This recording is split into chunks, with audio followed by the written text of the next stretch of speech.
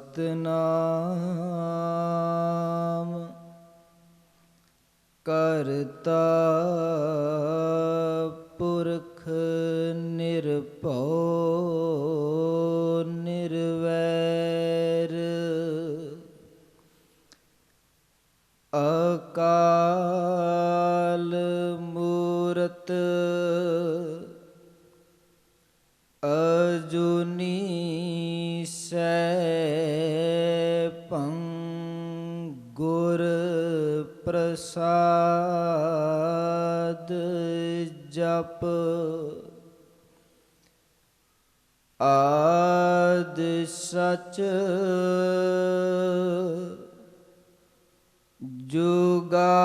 जुगाद सच है पी सच नानक होसी पी सच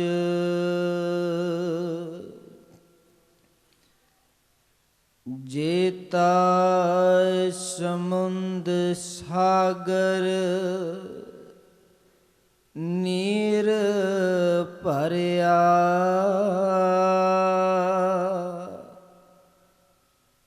तेते अवगण हमारे दया करहो किछ मेहर उपावहो डूब दे पत्थर तारे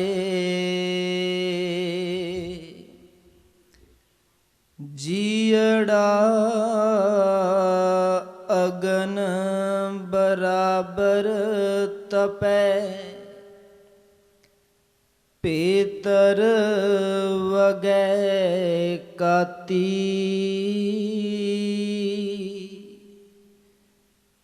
प्रणवत नानक हुक्म पछाणै सुख होवै दिन राती तू सुल्तान कहाँ हो मियाँ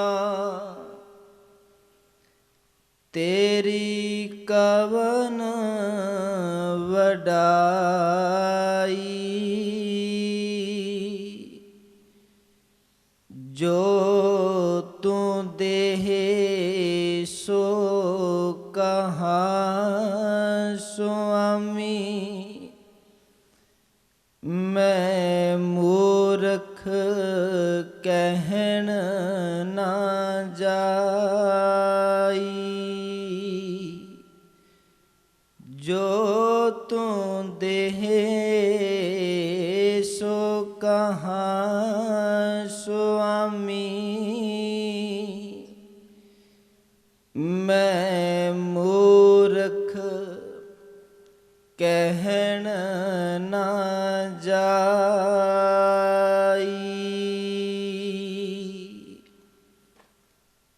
तन वाहे गुरु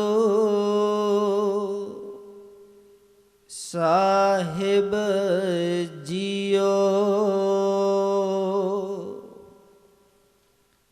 कानड़ा अष्टपदियाँ महला चौथा कार पहला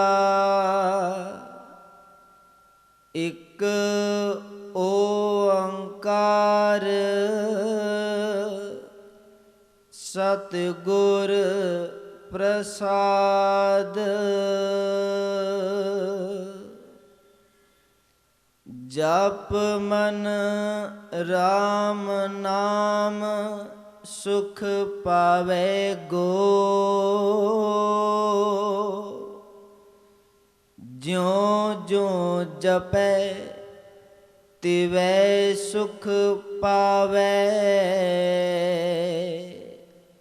सतगुर सेव समावै गो। जप मन राम नाम सुख पावै गो। ज्यों ज्यों जपै तिवै सुख पावै। सतगुर सेव समावै गो। रहाओ भगत जना की खिन खिन लोचा। नाम जपत सुख पावै गो। अन रस साध गए सब नीकर।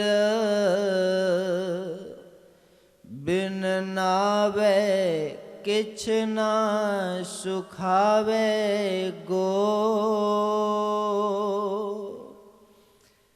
गुरमत हर हर मीठा लागा। गुर मीठे बचन कढ़ावै गो। सतगुर बाणी पुरख पुरखोत्तम। बाणी स्यों चित लावै गो। गुरमत हर हर मीठा लागा। गुर मीठे बचन कढ़ावै गो। सतगुर बाणी पुरख पुरखोत्तम। बाणी स्यों चित लावै गो। वाहिगुरु जी का खालसा वाहिगुरु जी की फतेह। जुग हो जुग अटल छतर तख्त दे मालक। दीन दुनिया दे प्रतिपालक। साहिब सतगुरु श्री गुरु ग्रंथ साहिब सच्चे सतगुरु जी। ਸਾਹਿਬਾਂ ਦੇ ਪਾਵਨ ਦਰਬਾਰ ਵਿੱਚ ਸੁਭਾਏਮਾਨ ਜੁੜ ਬੈਠੇ ਸਮੂਹ ਸਤਸੰਗੀ ਜਨੋ, ਆਪ ਜੀ ਬੜੇ ਪਿਆਰ ਅਤੇ ਅਦਬ ਸਹਿਤ ਇਸ 24ਵੇਂ ਅਦੁੱਤੇ ਗੁਰਮਤਿ ਸੰਗੀਤ ਸੰਮੇਲਨ ਵਿੱਚ, ਜਿਸ ਦੀ ਅੱਜ ਆਰੰਭਤਾ ਹੋਣੀ ਹੈ, ਆਪ ਜੀ ਅੰਮ੍ਰਿਤ ਵੇਲੇ ਤੋਂ ਹੀ ਬੜੀ ਇਕਾਗਰਤਾ ਦੇ ਨਾਲ ਸਤਿਗੁਰਾਂ ਦੇ ਪਵਿੱਤਰ ਚਰਨਾਂ ਵਿੱਚ ਬੈਠ ਕੇ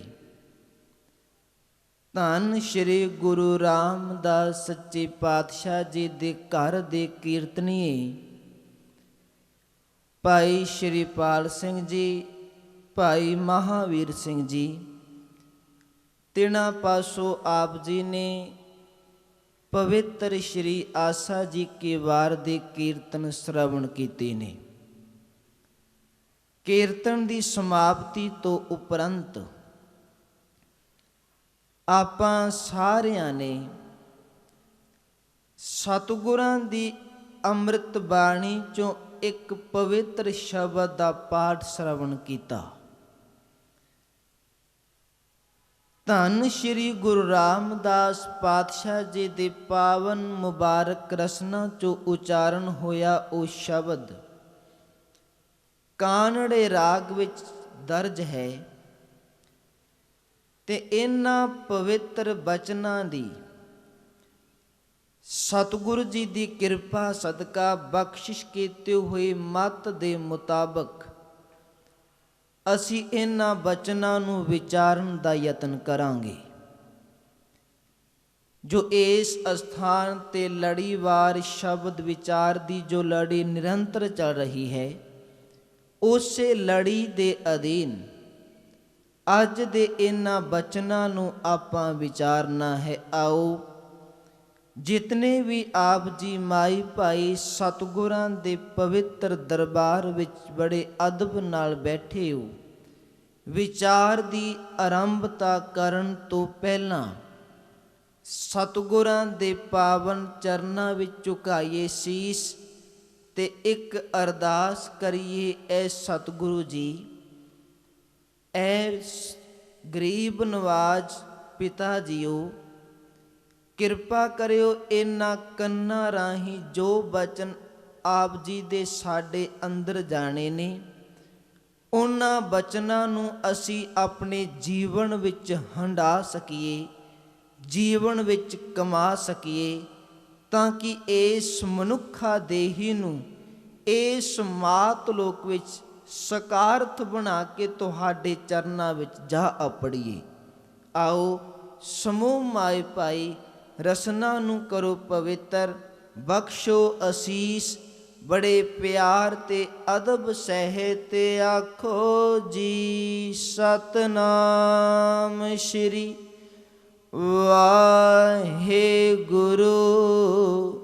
ਸਾਹਿਬ ਜੀਓ। ਫੇਰ ਕਰੋ ਕਿਰਪਾ, ਉਚਾਰਨ ਕਰੋ ਜੀ ਸਤਨਾਮ ਸ਼੍ਰੀ ਵਾਹਿਗੁਰੂ ਸਾਹਿਬ ਜੀਓ। ਸਤਿਗੁਰੂ ਜੀ ਦੀ ਅੰਮ੍ਰਿਤ ਬਾਣੀ ਨੂੰ ਜਦੋਂ ਅਸੀਂ ਪੜ੍ਹਦੇ ਹਾਂ, ਗਰੀਬ ਨਵਾਜ ਪਾਤਸ਼ਾਹ ਨੇ ਇਸ ਅਗਮ ਅਗਾਧ ਨਿਰੰਕਾਰੀ ਬਾਣੀ ਦੇ ਅੰਦਰ ਐਸੇ ਅਨੇਕਾਂ ਬਚਨ ਉਚਾਰਨ ਕੀਤੇ ਨੇ। ਅਸੀਂ ਉਹ ਬਚਨ ਅਨੇਕਾਂ ਵਾਰ ਪੜ੍ਹਦੇ ਹਾਂ, ਅਨੇਕਾਂ ਵਾਰ ਉਹ ਬਚਨ ਸਾਡੇ ਕੰਨਾਂ ਵਿੱਚ ਪਏ ਨੇ। ਹਜ਼ੂਰ ਦੇ ਬਚਨ ਨੇ। ਸਤਿਗੁਰੂ ਜੀ ਕਹਿਣ ਲੱਗੇ, ਇਸ ਫਾਨੀ ਸੰਸਾਰ ਦੇ ਅੰਦਰ ਜਿਸ ਵੀ ਮਨੁੱਖ ਨੇ ਜਨਮ ਲੈ ਲਿਆ, ਜਿਸ ਮਨੁੱਖ ਦੀ ਇਸ ਸੰਸਾਰ ਦੇ ਅੰਦਰ ਆਮਦ ਹੋਈ, ਹਜ਼ੂਰ ਕਹਿਣ ਲੱਗੇ ਮੈਂ ਜਿਸ ਵੱਲ ਵੀ ਝਾਤ ਮਾਰਦਾ ਵਾਂ, ਜਿਸ ਨੂੰ ਵੀ ਵੇਖਦਾ ਵਾਂ, ਹਰ ਇੱਕ ਇਨਸਾਨ, ਹਰ ਇੱਕ ਬੰਦਾ ਕਹਿਣ ਲੱਗੇ ਆਪਣਾ ਦੁੱਖੜਾ ਹੀ ਸੁਣਾਉਂਦਾ ਹੈ। ਜਿਸ ਨੂੰ ਵੇਖਦਾ ਵਾਂ, ਜਿਸ ਨੂੰ ਮਿਲਦਾ ਵਾਂ, ਹਰ ਇੱਕ ਇਨਸਾਨ ਕਿਸੇ ਨਾ ਕਿਸੇ ਦੁੱਖ ਨਾਲ ਗ੍ਰਸਤ ਹੈ, ਕਿਸੇ ਨਾ ਕਿਸੇ ਬਿਪਤਾ ਦਾ ਮਾਰਿਆ। ਮੇਰੇ ਪਾਤਸ਼ਾਹ ਕਹਿਣ ਲੱਗੇ, ਦੁਨੀਆ ਦੇ ਅੰਦਰ ਇੰਜ ਜਾਪਦਾ ਜਿਵੇਂ ਹਰ ਇੱਕ ਬੰਦਾ ਦੁਖੀ ਹੈ। ਉਹਨਾਂ ਦਾ ਦੁੱਖ ਵੱਖ-ਵੱਖ ਹੋ ਸਕਦਾ ਹੈ, ਉਹਨਾਂ ਦੀ ਤਕਲੀਫ, ਉਹਨਾਂ ਦੀ ਬਿਪਤਾ, ਉਹਦੇ ਰੂਪ ਵੱਖ-ਵੱਖ ਹੋ ਸਕਦੇ ਨੇ, ਪਰ ਦੁੱਖ ਹਰ ਇੱਕ ਬੰਦੇ ਨੂੰ ਹੈ। ਅਸੀਂ ਇੱਕ ਬਚਨ ਪੜ੍ਹਦੇ ਹਾਂ, ਭਗਤ ਸਾਹਿਬ ਜੀ ਸੋਚਦੇ ਨੇ, ਕਹਿਣ ਲੱਗੇ ਮੇਰੇ ਮਨ ਵਿੱਚ ਖਿਆਲ ਆਇਆ ਮਨਾ, ਮੇਰੇ ਘਰ ਵਿੱਚ ਦੁੱਖ ਏ, ਮੇਰੇ ਘਰ ਵਿੱਚ ਤਕਲੀਫ ਏ। ਮੈਂ ਸੋਚਿਆ ਸ਼ਾਇਦ ਬਾਕੀ ਦੁਨੀਆ ਦੇ ਲੋਕ ਸੁਖੀ ਹੋਣਗੇ, ਸਾਰਾ ਦੁੱਖ ਰੱਬ ਨੇ ਮੇਰੇ ਘਰ ਵਿੱਚ ਹੀ ਸੁੱਟ ਦਿੱਤਾ। ਕਹਿਣ ਲੱਗੇ ਜਦੋਂ ਕੁਝ ਬਖਸ਼ਿਸ਼ ਹੋਈ, ਥੋੜਾ ਜਿਹਾ ਸੰਸਾਰਿਕ ਤਲ ਤੋਂ ਉੱਪਰ ਉੱਠਿਆ, ਕਹਿਣ ਲੱਗੇ ਜਦੋਂ ਇਸ ਦੁਨੀਆ ਵਿੱਚ ਝਾਤ ਮਾਰ ਕੇ ਵੇਖਿਆ, ਇੰਜ ਜਾਪਿਆ ਐ ਕਬੀਰ, ਤੂੰ ਸੋਚਦਾ ਸੀ ਸਾਰੀ ਤਕਲੀਫ ਤੈਨੂੰ ਹੀ ਦੇ ਦਿੱਤੀ। ਕਹਿਣ ਲੱਗੇ ਜਿਸ ਘਰ ਵਿੱਚ ਵੇਖਦਾ ਵਾਂ, ਜਿਸ ਮਨੁੱਖ ਦੀ ਜ਼ਿੰਦਗੀ ਵਿੱਚ ਝਾਤ ਮਾਰਦਾ ਵਾਂ, ਹਰ ਇੱਕ ਬੰਦਾ ਦੁੱਖ ਦੇ ਨਾਲ ਕੁਰਲਾ ਰਿਹਾ ਹੈ। ਹਰ ਇੱਕ ਇਨਸਾਨ ਦੁੱਖ ਦੇ ਨਾਲ ਰੋ ਰਿਹਾ ਹੈ। ਅਸੀਂ ਉਹਨਾਂ ਦੇ ਬਚਨ ਪੜ੍ਹਦੇ ਹਾਂ, ਉਹ ਆਖਦੇ ਨੇ, ਸਤਿਗੁਰੂ ਜੀ ਦੇ ਅੰਮ੍ਰਿਤ ਬਚਨ, ਭਗਤ ਸਾਹਿਬ ਜੀ ਦੀ ਮੁਬਾਰਕ ਰਸਨਾ ਤੋਂ ਉਚਾਰਨ ਹੋਏ ਉਹ ਬਚਨ। ਹਜ਼ੂਰ ਕਹਿਣ ਲੱਗੇ, ਐ ਇਨਸਾਨ, ਮੈਂ ਕਿਸੇ ਦੀ ਸੁਣੀ ਸੁਣਾਈ ਗੱਲ ਨਹੀਂ ਤੈਨੂੰ ਕਹਿਣ ਲੱਗਾ। ਕਹਿਣ ਲੱਗੇ, ਆਪਣੇ ਜੀਵਨ ਦੀ ਹੰਡਾਈ ਗੱਲ ਤੈਨੂੰ ਦੱਸਣ ਲੱਗਾ ਵਾਂ। ਉਹ ਆਖਦੇ ਨੇ, ਮੈਂ ਸੁਣਿਆ ਦੁੱਖ ਮੁਝ ਕੋ, ਦੁੱਖ ਸਬਾਇਆ ਜਗ, ਉੱਚੇ ਚੜ ਕੇ ਦੇਖਿਆ ਤਾਂ ਘਰ ਘਰ ਇਹਾ ਅੱਗ। ਹਰ ਇੱਕ ਘਰ ਵਿੱਚ ਅੱਗ ਦੇ ਭਾਂਬੜ ਪਏ ਮੱਚਦੇ ਨੇ, ਹਰ ਇੱਕ ਜ਼ਿੰਦਗੀ ਦੇ ਅੰਦਰ ਦੁੱਖ ਹੈ। ਹੁਣ ਥੋੜਾ ਜਿਹਾ ਇਸ ਬੇਨਤੀ ਨੂੰ ਸਮਝਿਆ ਜੇ, ਜੋ ਅੱਜ ਦੇ ਬਚਨ ਸਾਡੀ ਵਿਚਾਰ ਦੇ ਅਧੀਨ ਨੇ। ਹਜ਼ੂਰ ਕਹਿਣ ਲੱਗੇ, ਹਰ ਇੱਕ ਬੰਦਾ ਦੁਖੀ ਹੈ, ਪਰ ਉਸ ਦੇ ਦੁੱਖ ਦਾ ਕਾਰਨ ਕੀ ਹੈ? ਉਹਦੇ ਦੁੱਖ ਦਾ ਰੀਜ਼ਨ ਕੀ ਹੈ ਵੀ ਉਹਦੀ ਜ਼ਿੰਦਗੀ ਵਿੱਚ ਦੁੱਖ ਕਿਉਂ ਆਇਆ? ਸਤਿਗੁਰੂ ਜੀ ਦੇ ਬਚਨ, ਹਜ਼ੂਰ ਕਹਿਣ ਲੱਗੇ, ਦੁੱਖ ਦਾ ਇੱਕੋ ਇੱਕ ਕਾਰਨ ਹੈ। ਪੁੱਛਿਆ ਵੀ ਉਹ ਕਾਰਨ ਕੀ? ਤੇ ਹਜ਼ੂਰ ਨੇ ਨਾਲ ਹੀ ਕਹਿ ਦਿੱਤਾ। ਕਹਿਣ ਲੱਗੇ, ਜਿਹੜਾ ਇਨਸਾਨ ਆਪਣੇ ਮੂਲ ਤੋਂ ਟੁੱਟ ਜਾਵੇ, ਜਿਹੜਾ ਆਪਣੀ ਜੜ ਤੋਂ ਵੱਖ ਹੋ ਜਾਵੇ, ਕਹਿਣ ਲੱਗੇ, ਉਹਦੇ ਜ਼ਿੰਦਗੀ ਵਿੱਚ ਕਦੀ ਖੇੜਾ ਨਹੀਂ ਰਹਿੰਦਾ, ਕਦੀ ਹਰਿਆਲੀ ਨਹੀਂ ਰਹਿੰਦੀ, ਕਦੀ ਬਸੰਤ ਨਹੀਂ ਆਉਂਦੀ, ਕਦੀ ਆਨੰਦ ਨਹੀਂ ਆਉਂਦਾ। ਜਿਹੜਾ ਆਪਣੇ ਮੂਲ ਨਾਲ ਹੀ ਟੁੱਟ ਗਿਆ, ਕਹਿਣ ਲੱਗੇ, ਉਹਦੀ ਜ਼ਿੰਦਗੀ ਦੇ ਅੰਦਰ ਉਜਾੜ ਤੋਂ ਇਲਾਵਾ ਹੋਰ ਕੁਝ ਵੀ ਪੱਲੇ ਨਹੀਂ ਪੈਂਦਾ। ਅਸੀਂ ਹਜ਼ੂਰ ਦਾ ਇਹ ਪਵਿੱਤਰ ਸ਼ਬਦ ਪੜ੍ਹਦੇ ਆ ਨਾ, ਹਜ਼ੂਰ ਕਹਿਣ ਲੱਗੇ, ਵੇਖੋ ਉਹਨਾਂ ਨੇ 3-4 ਉਦਾਹਰਨਾਂ ਦਿੱਤੀਆਂ ਨੇ। ਪਹਿਲੀ ਉਦਾਹਰਨ ਸੀ, ਕਹਿਣ ਲੱਗੇ, ਦੁੱਧ ਬਿਨ ਧੇਨ, ਪੰਖ ਬਿਨ ਪੰਖੀ, ਜਲ ਬਿਨ ਉਤਪੁਜ ਕਾਮ ਨਾਹੀ, ਕਿਆ ਸੁਲਤਾਨ ਸਲਾਮ ਵਿਹੂਣਾ, ਅੰਧੀ ਕੋਠੀ ਤੇਰਾ ਨਾਮ ਨਾਹੀ। ਤੇ ਅਗਲਾ ਬਚਨ ਸੀ, ਕਹਿਣ ਲੱਗੇ, ਗਾਂ ਨੂੰ ਪੁੱਛਿਆ ਵੀ ਤੇਰੀ ਜ਼ਿੰਦਗੀ ਵਿੱਚ ਤਕਲੀਫ ਦੁੱਖ ਕਦੋਂ? ਤੇ ਗਾਂ ਦਾ ਉੱਤਰ ਸੀ, ਮੈਂ ਸੰਖੇਪ ਵਿੱਚ ਬੇਨਤੀ ਕਰਾਂ, ਗਾਂ ਦਾ ਜਵਾਬ ਸੀ, ਜਿੰਨਾ ਚਿਰ ਤੱਕ ਮੈਂ ਆਪਣੇ ਮਾਲਕ ਨੂੰ ਦੁੱਧ ਦਿੰਨੀ ਆ, ਅੰਮ੍ਰਿਤ ਵਰਗਾ ਦੁੱਧ ਪਿਆਉਣੀ ਆ, ਉਹਨਾਂ ਚਿਰ ਤੱਕ ਮੈਨੂੰ ਸੁੱਖ ਤਾਂ ਏ। ਉਹ ਮੇਰੀ ਚੰਗੀ ਤਰ੍ਹਾਂ ਦੇਖਭਾਲ ਕਰਦਾ ਹੈ, ਮੇਰੀ ਸੰਭਾਲ ਕਰਦਾ ਹੈ, ਮੈਨੂੰ ਚੰਗਾ ਚਾਰਾ ਪਾਉਂਦਾ ਹੈ। ਕਹਿਣ ਲੱਗੇ, ਪਰ ਜਦੋਂ ਮੈਂ ਦੁੱਧ ਦੇਣਾ ਬੰਦ ਕਰ ਦਿੰਦੀ ਆ, ਮੇਰੀ ਸੰਭਾਲ ਵਿੱਚ ਵੀ ਫਰਕ ਪੈ ਜਾਂਦਾ ਹੈ। ਨਾ ਉਹ ਮੈਨੂੰ ਸੰਭਾਲਦਾ ਹੈ, ਨਾ ਚੰਗਾ ਚਾਰਾ ਪਾਉਂਦਾ ਹੈ। ਇੱਥੋਂ ਤੱਕ ਕਈ ਵਾਰ ਤੇ ਐਸਾ ਵੀ ਹੁੰਦਾ ਹੈ, ਜਦੋਂ ਮੈਂ ਦੁੱਧ ਦੇਣਾ ਬੰਦ ਕਰ ਦਿੰਦੀ ਹਾਂ, ਮੇਰਾ ਮਾਲਕ ਆਪਣੇ ਘਰ ਵਿੱਚੋਂ ਬਾਹਰ ਕੱਢ ਦਿੰਦਾ ਹੈ ਤੇ ਆਖਦਾ, ਹੁਣ ਇਹ ਗਾਂ ਮੇਰੇ ਕਿਸੇ ਵੀ ਕੰਮ ਦੀ ਨਹੀਂ। ਦੁੱਧ ਬਿਨ ਧੇਨ, ਧੇਨ ਦਾ ਅਰਥ ਹੈ ਗਾਂ। ਕਹਿਣ ਲੱਗੇ, ਗਾਂ ਦੁੱਧ ਤੋਂ ਬਗੈਰ ਗਾਂ ਕਿਸੇ ਕੰਮ ਦੀ ਨਹੀਂ। ਤੇ ਅਗਲਾ ਬਚਨ ਸੀ, ਜਲ ਬਿਨ ਉਤਪੁਜ ਕਾਮ ਨਾਹੀ। ਜਿੰਨੀ ਇਹ ਵਨਸਪਤੀ ਏ, ਜਿੰਨੇ ਇਹ ਦਰਖਤ ਨੇ, ਇਹ ਬੂਟੇ ਨੇ, ਕਹਿਣ ਲੱਗੇ, ਇਹਨਾਂ ਨੂੰ ਪਾਣੀ ਮਿਲਦਾ ਰਵੇ, ਇਹ ਹਰੇ ਭਰੇ ਰਹਿੰਦੇ ਨੇ। ਕੁਝ ਦਿਨ ਇਹਨਾਂ ਨੂੰ ਪਾਣੀ ਦੇਣਾ ਬੰਦ ਕਰ ਦਿਓ, ਪਾਣੀ ਪਾਉਣਾ ਬੰਦ ਕਰ ਦਿਓ, ਅੱਜ ਕੁਮਲਾਉਣਗੇ, ਫਿਰ ਮੁਰਝਾ ਜਾਣਗੇ। ਤੇ ਇੱਕ ਦਿਨ ਐਸਾ ਵੀ ਆਵੇਗਾ, ਕਹਿਣ ਲੱਗੇ, ਸੁੱਕ ਕੇ ਜ਼ਮੀਨ ਦੇ ਵਿੱਚ ਬਿਖਰ ਜਾਣਗੇ। ਦੁੱਧ ਬਿਨ ਧੇਨ, ਪੰਖ ਬਿਨ ਪੰਖੀ, ਜਲ ਬਿਨ ਉਤਪੁਜ ਕਾਮ ਨਾਹੀ। ਤੇ ਅਗਲੀ ਉਦਾਹਰਨ ਸੀ, ਕਹਿਣ ਲੱਗੇ, ਪੰਖ ਬਿਨ ਪੰਖੀ। ਹੁਣ ਵੇਖੋ, ਇੱਕ ਪਰਿੰਦੇ ਦੇ 2 ਖੰਭ ਰੱਬ ਨੇ ਦਿੱਤੇ ਨੇ ਉਹਨੂੰ। ਉਹ ਆਪਣੇ ਦੋਵਾਂ ਖੰਭਾਂ ਦੇ ਸਹਾਰੇ ਆਸਮਾਨ ਵਿੱਚ ਉਡਾਰੀ ਲਾਉਂਦਾ ਹੈ, ਆਨੰਦ ਵਿੱਚ ਰਹਿੰਦਾ, ਜਿੱਥੇ ਚਿੱਤ ਕਰਦਾ ਉਡਾਰੀ ਮਾਰ ਕੇ ਚਲਾ ਜਾਂਦਾ, ਬੈਠ ਜਾਂਦਾ, ਜਦੋਂ ਚਿੱਤ ਕਰੇ ਉੱਡ ਜਾਂਦਾ ਹੈ। ਹੁਣ ਪੰਖਾਂ ਦੇ ਨਾਲ, ਖੰਭਾਂ ਦੇ ਨਾਲ ਜ਼ਿੰਦਗੀ ਵਿੱਚ ਆਨੰਦ ਬਣਿਆ, ਪਰ ਕਿਤੇ ਰੱਬ ਨਾ ਕਰੇ ਉਸ ਪਰਿੰਦੇ ਦਾ ਇੱਕ ਖੰਭ ਭਾਵੇਂ ਦੋਵੇਂ ਖੰਭ ਬੇਕਾਰ ਹੋ ਜਾਣ, ਕਹਿਣ ਲੱਗੇ ਉਸ ਪਰਿੰਦੇ ਨੂੰ ਪੁੱਛ ਕੇ ਵੇਖੋ ਵੀ ਅੱਜ ਤੇਰੇ ਖੰਭ ਬੇਕਾਰ ਹੋ ਗਏ ਨੇ, ਤੇਰੀ ਜ਼ਿੰਦਗੀ ਵਿੱਚ ਆਨੰਦ ਹੈ, ਸੁੱਖ ਹੈ? ਤੇ ਸਾਧ ਸੰਗਤ ਜੀ ਉਹ ਆਖੇਗਾ ਨਹੀਂ, ਭਾਵੇਂ ਮੈਂ ਜ਼ਿੰਦਗੀ ਜਿਉ ਰਿਹਾ ਵਾਂ, ਪਰ ਇਹ ਸਵਾਲ ਕਰਨ ਵਾਲਿਆ ਸੱਜਣਾ, ਖੰਭਾਂ ਤੋਂ ਬਗੈਰ ਮੇਰੀ ਜ਼ਿੰਦਗੀ ਨਹੀਂ, ਮੌਤ ਤੋਂ ਵੀ ਬੱਤਰ ਏ। ਮੈਨੂੰ ਨਰਕ ਜਾਪਦੀ ਏ। ਕਿਉਂ? ਕਿਉਂਕਿ ਜਿੰਨਾ ਚਿਰ ਤੱਕ ਖੰਭ ਸਨ, ਮੈਂ ਜਿੱਥੇ ਚਿੱਤ ਕਰਦਾ ਸੀ ਉਡਾਰੀ ਮਾਰ ਕੇ ਚਲਾ ਜਾਂਦਾ ਸੀ, ਜਿੱਥੇ ਚਿੱਤ ਕਰਦਾ ਸੀ ਬੈਠ ਕੇ ਦਾਣਾ ਚੁਗ ਲੈਂਦਾ ਸੀ। ਕਹਿਣ ਲੱਗੇ ਅੱਜ ਖੰਭਾਂ ਤੋਂ ਬਗੈਰ ਉਡਾਰੀ ਕਿਤੇ ਰਹੀ, ਅੱਜ ਇਸ ਧਰਤੀ ਤੇ ਹੀ ਬਿਲਖਦਾ ਪਿਆ ਵਾਂ। ਦੁੱਧ ਬਿਨ ਧੇਨ, ਪੰਖ ਬਿਨ ਪੰਖੀ, ਜਲ ਬਿਨ ਉਤਪੁਜ ਕਾਮ ਨਾਹੀ। ਤੇ ਅਗਲੀ ਉਦਾਹਰਨ ਦਿੱਤੀ, ਕਹਿਣ ਲੱਗੇ ਕਿਆ ਸੁਲਤਾਨ ਸਲਾਮ ਵਿਹੂਣਾ, ਅੰਧੀ ਕੋਠੀ ਤੇਰਾ ਨਾਮ ਨਾਹੀ। ਕਹਿਣ ਲੱਗੇ ਇੱਕ ਬਾਦਸ਼ਾਹ ਉਹਨਾਂ ਚਿਰ ਤੱਕ ਬਾਦਸ਼ਾਹ ਜਿੰਨਾ ਚਿਰ ਤੱਕ ਉਹਨੂੰ ਸਿਜਦੇ ਹੁੰਦੇ ਨੇ, ਉਹਦੇ ਅੱਗੇ ਦੁਨੀਆ ਝੁਕਦੀ ਏ, ਉਹਨੂੰ ਸਲਾਮਾਂ ਕਰਦੀ ਏ, ਉਹਨੂੰ ਨਮਸਕਾਰਾਂ ਕਰਦੀ ਏ।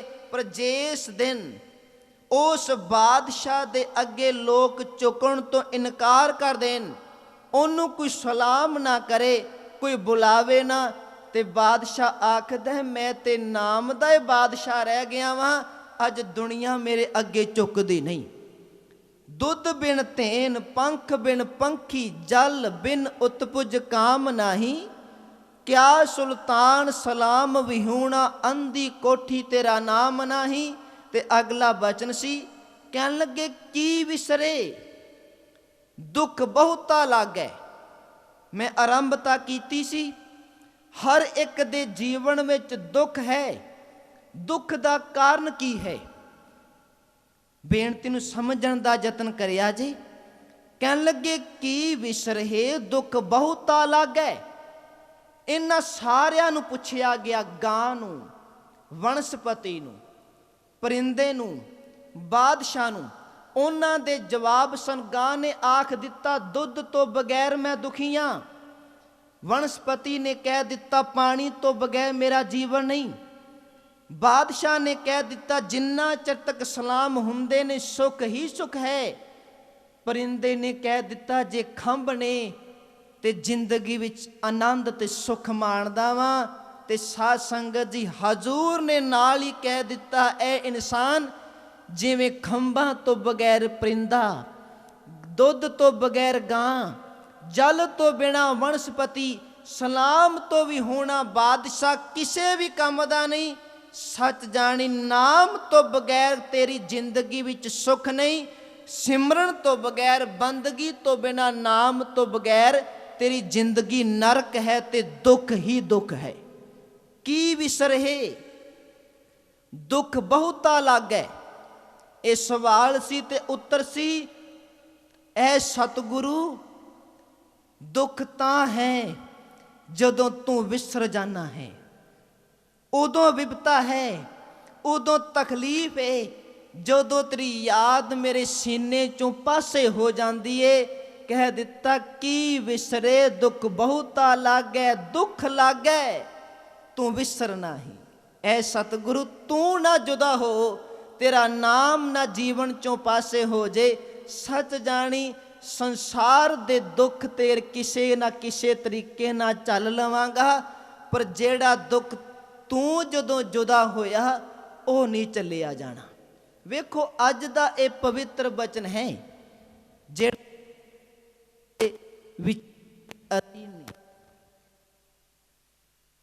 ਦਸਵੇਂ ਪਾਤਸ਼ਾਹ ਜੀ ਦੀ ਪਾਵਨ ਰਸਨਾ ਚੋਂ ਉਚਾਰਨ ਹੋਏ ਸ਼ਬਦ ਮੈਂ ਆਰੰਭਤਾ ਚੋਂ ਬਚਨ ਸਾਂਝੇ ਕਰਾਂ।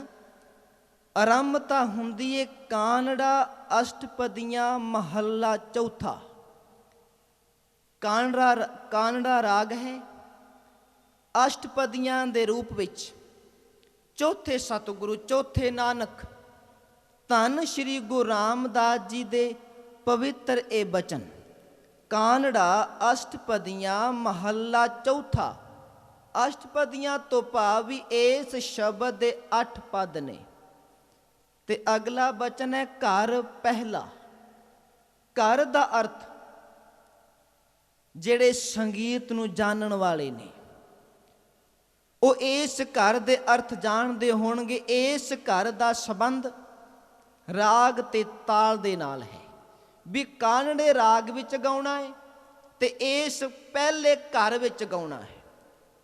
ਇੱਕ ਓੰਕਾਰ ਸਤਿਗੁਰ ਪ੍ਰਸਾਦ, ਉਹ ਪਰਿਪੂਰਨ ਪਰਮਾਤਮਾ ਇੱਕ ਹੈ, ਅਨੇਕਾਂ ਰੂਪ ਵਿੱਚ ਵਿਚਰਦਾ ਹੈ ਤੇ ਉਸ ਇੱਕ ਅਕਾਲ ਪੁਰਖ ਨੂੰ ਸਤਿਗੁਰੂ ਪ੍ਰਸਾਦ ਗੁਰੂ ਦੀ ਕਿਰਪਾ ਨਾਲ ਪ੍ਰਾਪਤ ਕੀਤਾ ਜਾ ਸਕਦਾ ਹੈ।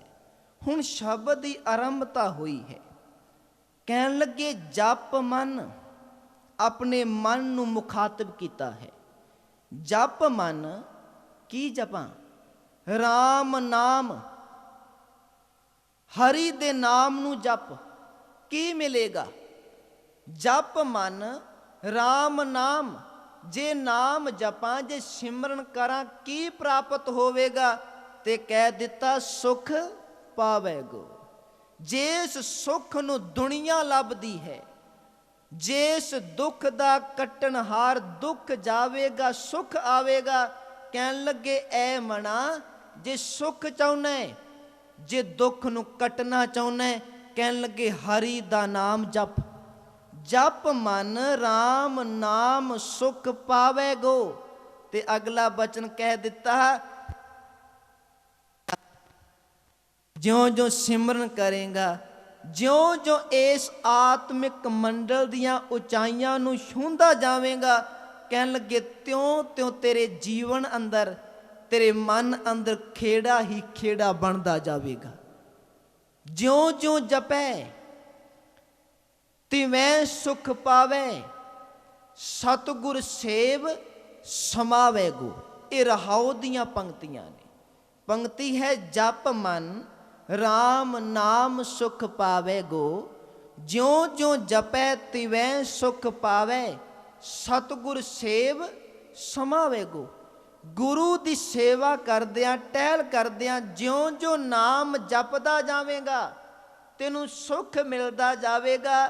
ਤੇ ਇੱਕ ਦਿਨ ਉਹ ਮੁਕਾਮ ਵੀ ਮਿਲੇਗਾ, ਜਿਸ ਮੁਕਾਮ ਨੂੰ, ਵੈਸੇ ਤੇ ਇਸ ਮੁਕਾਮ ਤੇ ਪਹੁੰਚਣ ਲਈ ਹਰ ਇੱਕ ਬੰਦਾ ਦੁਨੀਆ ਤੇ ਆਇਆ ਹੈ। ਸਾਡੇ ਸਾਰਿਆਂ ਦਾ ਇੱਕ ਮੁਕਾਮ ਹੈ, ਇੱਕ ਮੰਜ਼ਿਲ ਹੈ।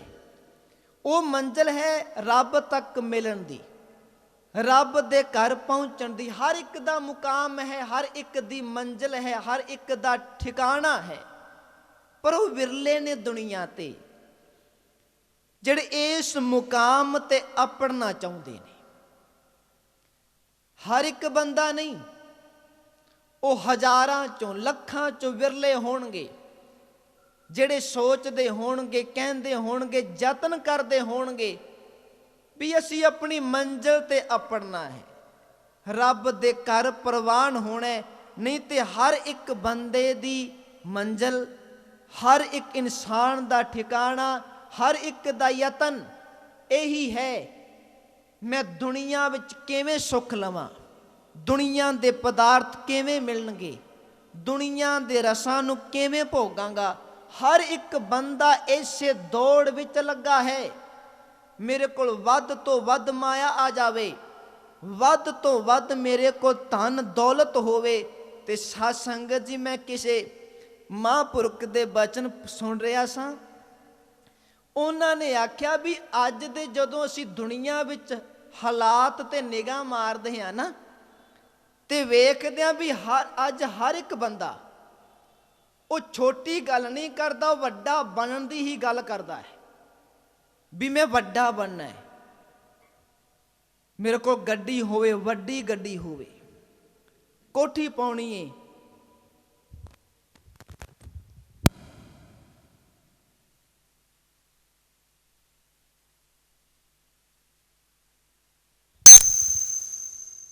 ਗੱਡੀ ਮੇਰੇ ਕੋਲ ਵੱਡੀ ਹੋਵੇ, ਰਹਿਣ ਵਾਸਤੇ ਮਕਾਨ, ਕੋਠੀ ਉਹ ਵੀ ਬਹੁਤ ਵੱਡੀ ਹੋਵੇ। ਹਰ ਇੱਕ ਚੀਜ਼ ਉਹਨੂੰ ਵੱਡੀ ਚਾਹੀਦੀ ਏ, ਹਵੇਲੀ ਵੱਡੀ ਚਾਹੀਦੀ ਏ, ਕਾਰੋਬਾਰ ਵੱਡਾ ਚਾਹੀਦਾ ਹੈ, ਕੋਠੀਆਂ ਵੱਡੀਆਂ ਚਾਹੀਦੀਆਂ ਨੇ। ਤੇ ਸਾਧ ਸੰਗਤ ਜੀ ਉਸ ਨੂੰ ਪੁੱਛੀਏ, ਐ ਮਨਾ ਤੇਰਾ ਨਿਤਨੇਮ ਕਿੰਨਾ ਕੁ ਵੱਡਾ ਹੈ? ਬਾਕੀ ਤੇ ਸਾਰੀਆਂ ਗੱਲਾਂ ਵੱਡੀਆਂ ਚਾਹੁੰਦਾ ਹੈ, ਕੋਠੀ ਵੱਡੀ ਚਾਹੁੰਦਾ ਹੈ, ਗੱਡੀ ਵੱਡੀ ਚਾਹੁੰਦਾ ਹੈ। ਕਹਿਣ ਲੱਗੇ ਪਰ ਨਿਤਨੇਮ ਕਿੰਨਾ ਕੁ ਵਧਾਇਆ ਹੈ? ਇਸ ਪਰਮਾਰਥਿਕ ਆਤਮਿਕ ਪੱਖ ਵਾਲਿਆਂ ਤੂੰ ਕਿੰਨਾ ਕੁ ਵੱਡਾ ਹੋਇਆ ਹੈ। ਪਰ ਉਸ ਪਾਸੇ ਕੋਈ ਵਿਰਲਾ ਹੈ। ਹਜ਼ੂਰ ਕਹਿ ਰਹੇ ਨੇ, ਜਿਉਂ ਜਿਉਂ ਜਪੈ ਤਿਵੇਂ ਸੁਖ ਪਾਵੈ, ਸਤਿਗੁਰ ਸੇਵ ਸਮਾਵੇ ਗੋ। ਹੁਣ ਵੇਖੋ, ਸੁਖ ਦਾ ਜਿਸ ਕਰਕੇ ਮਿਲਣਾ ਹੈ ਉਹ ਹੈ ਇਬਾਦਤ, ਪਰਮਾਤਮਾ ਦਾ ਸਿਮਰਨ। ਨਾਮ ਤੋਂ ਬਗੈਰ ਦੁੱਖ ਹੀ ਦੁੱਖ ਨੇ। ਤੇ ਸਾਧ ਸੰਗਤ ਜੀ, ਮੈਂ ਬੇਨਤੀ ਕਰਦੇ ਹਾਂ, ਜਿਹੜੇ ਅਗਲੇ ਬਚਨ ਨੇ ਕਿ ਭਗਤ ਜਨਾਂ ਕੀ ਖਿਨ ਖਿਨ ਲੋਚਾ। ਹੁਣ ਜਿਨ੍ਹਾਂ ਨੇ ਨਾਮ ਜਪਿਆ ਨਾ, ਉਹ ਭਗਤ ਹਰ ਇੱਕ ਪਲ ਨਾਮ ਨੂੰ ਹੀ ਮੰਗਦੇ ਨੇ, ਸਿਮਰਨ ਹੀ ਕਰਦੇ ਨੇ। ਸਾਧ ਸੰਗਤ ਵੇਖੋ, ਜਿਹੜੇ ਇਬਾਦਤ ਕਰਨ ਵਾਲੇ ਨੇ, ਜਿਨ੍ਹਾਂ ਨੇ ਇਹ ਕਦੀ ਬਚਨ ਆਖੇ ਨੇ, ਐ ਸਤਿਗੁਰੂ ਵਿਸਰ ਨਾਹੀ ਦਾਤਾਰ ਆਪਣਾ ਨਾਮ ਦੇਹੋ, ਗੁਣ ਗਾਵਾਂ ਦਿਨ ਰਾਤ ਨਾਨਕ ਚਾਓ ਇਹੋ। ਜੋ ਹਰ ਪਲ ਇਹ ਦਾਤ ਮੰਗਦੇ ਨੇ, ਤੇਰੀ ਪਨਹਿ ਖੁਦਾਏ ਤੂੰ ਬਖਸ਼ੰਦਗੀ, ਸ਼ੇਖ ਫਰੀਦੈ ਖੈਰ ਦੀਜੈ ਬੰਦਗੀ। ਜੋ ਹਰ ਪਲ ਜੋਦੜੀਆਂ ਕਰਦੇ ਨੇ, ਕਰਤਾ ਤੂੰ ਜਜਮਾਨ। ਤੇ ਅੱਗੇ ਆਖਦੇ ਨੇ, ਐ ਸਤਿਗੁਰੂ ਤੂੰ ਮੇਰਾ ਜਜਮਾਨ ਏ, ਤੂੰ ਮੇਰਾ ਮਾਲਕ ਏ। ਤੇ ਤੇਰੇ ਕੋਲੋਂ ਇੱਕ ਖੈਰ ਮੰਗਦਾ ਵਾਂ ਵੀ ਕਦੀ ਤੇਰਾ ਨਾਮ ਨਾ ਮੈਨੂੰ ਭੁੱਲ ਜਾਵੇ। ਕਿਉਂ? ਉਹ ਆਖਦੇ ਨੇ, ਆਖਾਂ ਜੀਵਾਂ ਵਿਸਰੈ ਮਰ ਜਾਉ। ਜਿੰਨਾ ਚਿਰ ਤੱਕ ਇਸ ਰਸਨਾ ਤੋਂ ਤੇਰਾ ਨਾਮ ਉਚਾਰਨ ਕਰਦਾ ਵਾਂ, ਤੇਰਾ ਨਾਮ ਜਪਦਾ ਵਾਂ, ਉਹਨਾਂ ਚਿਰ ਤੱਕ ਜ਼ਿੰਦਗੀ ਹੈ, ਮੈਂ ਜਿਉ ਰਿਹਾ ਵਾਂ। ਤੇ ਜਦੋਂ ਇੱਕ ਪਲ ਲਈ ਵੀ ਤੇਰਾ ਨਾਮ ਮੈਨੂੰ ਭੁੱਲ ਜਾਵੇ, ਇੰਜ ਜਾਪਦੇ ਮੇਰੀ ਜ਼ਿੰਦਗੀ ਨਹੀਂ, ਮੇਰੀ ਆਤਮਿਕ ਮੌਤ ਹੋ ਚੁੱਕੀ ਹੈ। ਆਖਾਂ ਜੀਵਾਂ ਵਿਸਰੈ ਮਰ ਜਾਉ। ਸਾਡੇ ਇੱਕ ਸੰਤ ਕਵੀ ਹੋਏ ਨੇ, ਸਤਿਕਾਰਯੋਗ ਭਾਈ ਸਾਹਿਬ ਭਾਈ ਵੀਰ ਸਿੰਘ ਜੀ। ਉਹਨਾਂ ਦੀ ਕਰਵਾਈ ਮੈਨੂੰ ਯਾਦ ਆ ਰਹੀ ਹੈ, ਮੈਂ ਆਪ ਜੀ ਨਾਲ ਸਾਂਝੀ ਕਰਕੇ ਅੱਗੇ ਵਧਾਂ। ਬੜੀ ਇਬਾਦਤ ਵਾਲੇ, ਸਿਮਰਨ ਵਿੱਚ ਬੜੀ ਉਹਨਾਂ ਦੀ ਲੀਨਤਾ ਸੀ। ਉਹਨਾਂ ਦਾ ਇੱਕ ਬਚਨ ਬੜਾ ਪਿਆਰਾ ਹੈ। ਉਹਨਾਂ ਨੇ ਇਸ ਰਬਾਈ ਦੇ ਅੰਦਰ ਇੱਕ ਭਗਤ ਦੀ, ਇੱਕ ਗੁਰਮੁਖ ਦੀ, ਇੱਕ ਸੰਤ ਦੀ ਗੱਲ ਕੀਤੀ ਵੀ ਉਹ ਕਿਸ ਅਵਸਥਾ ਦਾ ਮਾਲਕ ਹੈ, ਉਹਦਾ ਕਿੰਨਾ ਕੁ ਪਿਆਰ ਉਸ ਪਰਿਪੂਰਨ ਅਕਾਲ ਪੁਰਖ ਦੇ ਨਾਲ ਹੈ, ਕਿੰਨਾ ਕੁ ਜੁੜਿਆ ਹੈ।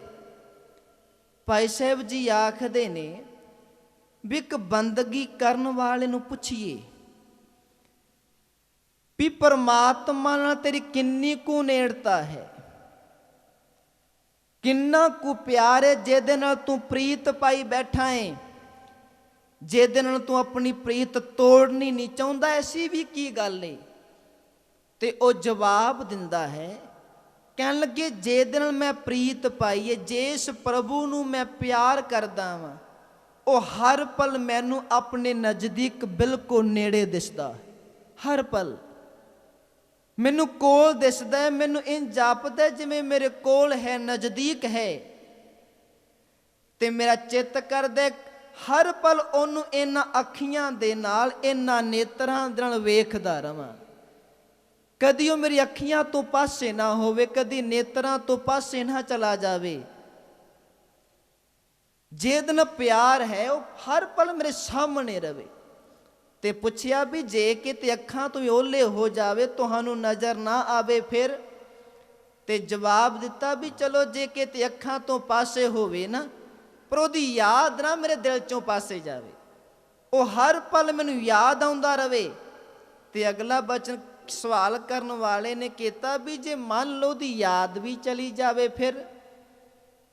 ਤੇ ਭਾਈ ਸਾਹਿਬ ਜੀ ਦਾ ਬਚਨ ਸੀ, ਕਹਿਣ ਲੱਗੇ ਜੇ ਯਾਦ ਵੀ ਚਲੀ ਜਾਵੇ ਤੇ ਮੈਂ ਇੰਨਾ ਕੁ ਕਹਿਣਾ ਚਾਹਾਂਗਾ, ਫਿਰ ਇਸ ਸਰੀਰ ਵਿੱਚ ਜਿੰਦ ਨਹੀਂ, ਇਹ ਜਿੰਦ ਵੀ ਕਿਤੇ ਪਾਸੇ ਚਲੀ ਜਾਵੇ। ਕਿਉਂਕਿ ਜਿਸ ਨਾਲ ਪਿਆਰ ਹੈ, ਜੇ ਪ੍ਰਭੂ ਸਾਹਮਣੇ ਨਹੀਂ, ਪ੍ਰਭੂ ਕੋਲ ਨਹੀਂ, ਪ੍ਰਭੂ ਦੇ ਦੀਦਾਰ ਨਹੀਂ, ਪ੍ਰਭੂ ਦੀ ਯਾਦ ਨਹੀਂ ਮਨ ਵਿੱਚ, ਕਹਿਣ ਲੱਗੇ ਫਿਰ ਇਸ ਜ਼ਿੰਦਗੀ ਦਾ ਲਾਭ ਹੀ ਕੀ ਹੈ। ਉਹਨਾਂ ਦੇ ਬਚਨ ਨੇ, ਲੱਗੀ ਪ੍ਰੀਤ ਤੇ ਪਿਆਰੜਾ ਕੋਲ ਦਿਸੇ, ਕਦੀ ਅੱਖੀਆਂ ਤੋਂ ਨਾ ਹੋਵੇ ਓਲੇ। ਤੇ ਅਗਲਾ ਬਚਨ ਸੀ, ਅੱਖੀਆਂ ਤੋਂ ਜੇ ਹੋਏ ਓਲੇ, ਯਾਦ ਦਿਲ ਚੋਂ ਨਾ ਹੋਏ ਓਲੇ। ਤੇ ਜੇ ਉਹਦੀ ਯਾਦ ਵੀ ਚਲੀ ਜਾਵੇ ਤੇ ਕਹਿ ਦਿੱਤਾ, ਯਾਦ ਦਿਲ ਚੋਂ ਜੇ ਹੋਏ ਓਲੇ, ਸ਼ਾਲਾ ਇਸ ਸਰੀਰ ਚੋਂ ਜਿੰਦ ਵੀ ਹੋਏ ਓਲੇ। ਫਿਰ ਜ਼ਿੰਦਗੀ ਦਾ ਲਾਭ ਕੀ? ਜਿਹੜੇ ਭਗਤ ਨੇ, ਗੁਰਮੁਖ ਨੇ, ਸਿਮਰਨ ਕਰਨ ਵਾਲੇ ਨੇ, ਸੱਚ ਜਾਣਨਾ ਸਾਧ ਸੰਗਤ ਜੀ, ਨਾਮ ਤੋਂ ਬਗੈਰ ਉਹਨਾਂ ਦੀ ਜ਼ਿੰਦਗੀ ਨਹੀਂ। ਉਹ ਹਰ ਪਲ ਉਹ ਸਿਮਰਨ ਵਿੱਚ ਜੁੜੇ ਰਹਿੰਦੇ ਨੇ, ਹਰ ਪਲ। ਕਿਉਂਕਿ ਅੱਜ ਦੇ ਬਚਨ ਨੇ, ਹਜ਼ੂਰ ਕਹਿ ਰਹੇ ਨੇ, ਭਗਤ ਜਨਾ ਕੀ ਖਿਨ ਖਿਨ ਲੋਚਾ, ਨਾਮ ਜਪਤ ਸੁਖ ਪਾਵੇ ਗੋ। ਉਹ ਹਰ ਪਲ ਖਿਨ ਖਿਨ, ਨਿਮਕ ਨਿਮਕ ਬਸ ਰੱਬ ਕੋਲੋਂ ਨਾਮ ਦੀ ਹੀ ਦਾਤ ਮੰਗਦੇ ਨੇ। ਕਿਉਂਕਿ ਇਸ ਨਾਮ ਵਿੱਚੋਂ ਐਸਾ ਸੁੱਖ ਮਿਲਦਾ ਹੈ, ਹੋਰ ਕਿਤੇ ਨਹੀਂ। ਤੇ ਜਿਨ੍ਹਾਂ ਨੇ ਫਿਰ ਇਸ ਨਾਮ ਦਾ ਸਵਾਦ ਚੱਖਿਆ ਹੈ ਨਾ, ਜਿਹੜੇ ਸਿਮਰਨ ਨਾਲ ਜੁੜੇ ਨੇ। ਤੇ ਸਾਧ ਸੰਗਤ ਦੇਖੋ, ਜਿਹੜੇ ਭਗਤ ਗੁਰਮੁਖ ਜਨ, ਉਹ ਨਾਮ ਤੋਂ ਬਗੈਰ ਕੋਈ ਦੂਸਰੀ ਗੱਲ ਨਹੀਂ ਕਰਦੇ। ਸਾਡੇ ਵਰਗੇ ਬੰਦੇ ਦੁਨਿਆਵੀ, ਜਿਹੜੇ ਹਰ ਪਲ ਕੇਵਲ ਦੁਨੀਆ ਦੇ ਪਦਾਰਥਾਂ, ਦੁਨੀਆ ਦੇ ਭੋਗਾਂ ਬਾਰੇ ਸੋਚਦੇ ਨੇ, ਦੁਨੀਆ ਦੇ ਰਸ ਨਾਲ, ਦੁਨੀਆ ਦੇ ਰਸਾਂ ਦੇ ਸਵਾਦ ਨੂੰ ਹੀ ਅਸਲੀ ਸੁੱਖ ਤੇ ਅਸਲੀ ਸਵਾਦ ਸਮਝਦੇ ਨੇ ਨਾ, ਉਹਨਾਂ ਦੀ ਇਹ ਗੱਲ ਨਹੀਂ ਹੈ। ਕਿਉਂਕਿ ਉਹਨਾਂ ਨੂੰ ਫਿਰ ਨਾਮ ਨਹੀਂ ਚੰਗਾ ਲੱਗਦਾ। ਉਹ ਤੇ ਆਖਦੇ ਨਾਮ ਜਪ ਕੇ ਕੀ ਮਿਲੇਗਾ, ਬਾਣੀ ਪੜ੍ਹ ਕੇ ਕੀ ਪ੍ਰਾਪਤ ਹੋਵੇ, ਗੁਰੂ ਘਰ ਜਾ ਕੇ ਕੀ ਮਿਲੇਗਾ। ਐਸੇ ਸੱਜਣ ਵੀ ਵੇਖੇ ਨੇ ਵੀ ਘਰੋਂ ਤੇ ਆਉਣਗੇ ਗੱਡੀ ਵਿੱਚ ਬੈਠ ਕੇ, ਕਹਿਣ ਲੱਗੇ ਗੁਰਦੁਆਰੇ ਦੇ ਬਾਹਰ ਜੋੜੇ ਕਰ ਲਾਗੇ ਗੱਡੀ ਖੜੀ ਕੀਤੀ ਹੋਵੇਗੀ, ਵੇਖੋ ਇੰਨੇ ਵੀ ਉਹਨਾਂ ਦੇ ਭਾਗ ਨਹੀਂ ਵੀ ਗੱਡੀ ਚੋਂ ਨਿਕਲ ਕੇ ਗੁਰਦੁਆਰੇ ਜਾ ਕੇ ਗੁਰੂ ਦੇ ਦਰ ਤੇ ਮੱਥਾ ਵੀ ਟੇਕ ਲਈਏ। ਇੰਨੇ ਕੁ ਮੰਦੇ ਭਾਗ ਨੇ ਉਹਨਾਂ ਦੇ। ਸਾਧ ਸੰਗਤ, ਉਹ ਆਖਦੇ ਨੇ ਕੀ ਮਿਲੇਗਾ ਬਾਣੀ ਪੜ੍ਹ ਕੇ, ਕੀ ਸੁੱਖ ਮਿਲੇ ਹੋਵੇਗਾ। ਤੇ ਉਹ ਦਲੀਲ ਪਤਾ ਕੀ ਦਿੰਦੇ ਨੇ? ਉਹ ਆਖਦੇ ਇਹ ਜੱਗ ਮਿੱਠਾ ਅਗਲਾ ਕਿਨ ਡਿੱਠਾ। ਕਹਿਣ ਲੱਗੇ ਇੱਥੇ ਸੁੱਖ ਮਾਣੋ, ਇੱਥੇ ਰਸਾਂ ਨੂੰ ਭੋਗੋ, ਜੋ ਕੁਝ ਕਰਨਾ ਕਰੋ, ਦੁਨੀਆ ਦੇ ਸੁੱਖਾਂ ਨੂੰ ਮਾਣੋ। ਇਹ ਸਰੀਰ ਤੋਂ ਬਾਅਦ ਕਿੰਨੇ ਵੇਖਿਆ, ਪਰ ਮੇਰਾ ਬਾਪੂ ਕਹਿ ਕੇ ਗਿਆ ਹੈ, ਮੇਰੇ ਸਤਿਗੁਰ ਨੇ ਬਚਨ ਕਹੇ ਨੇ।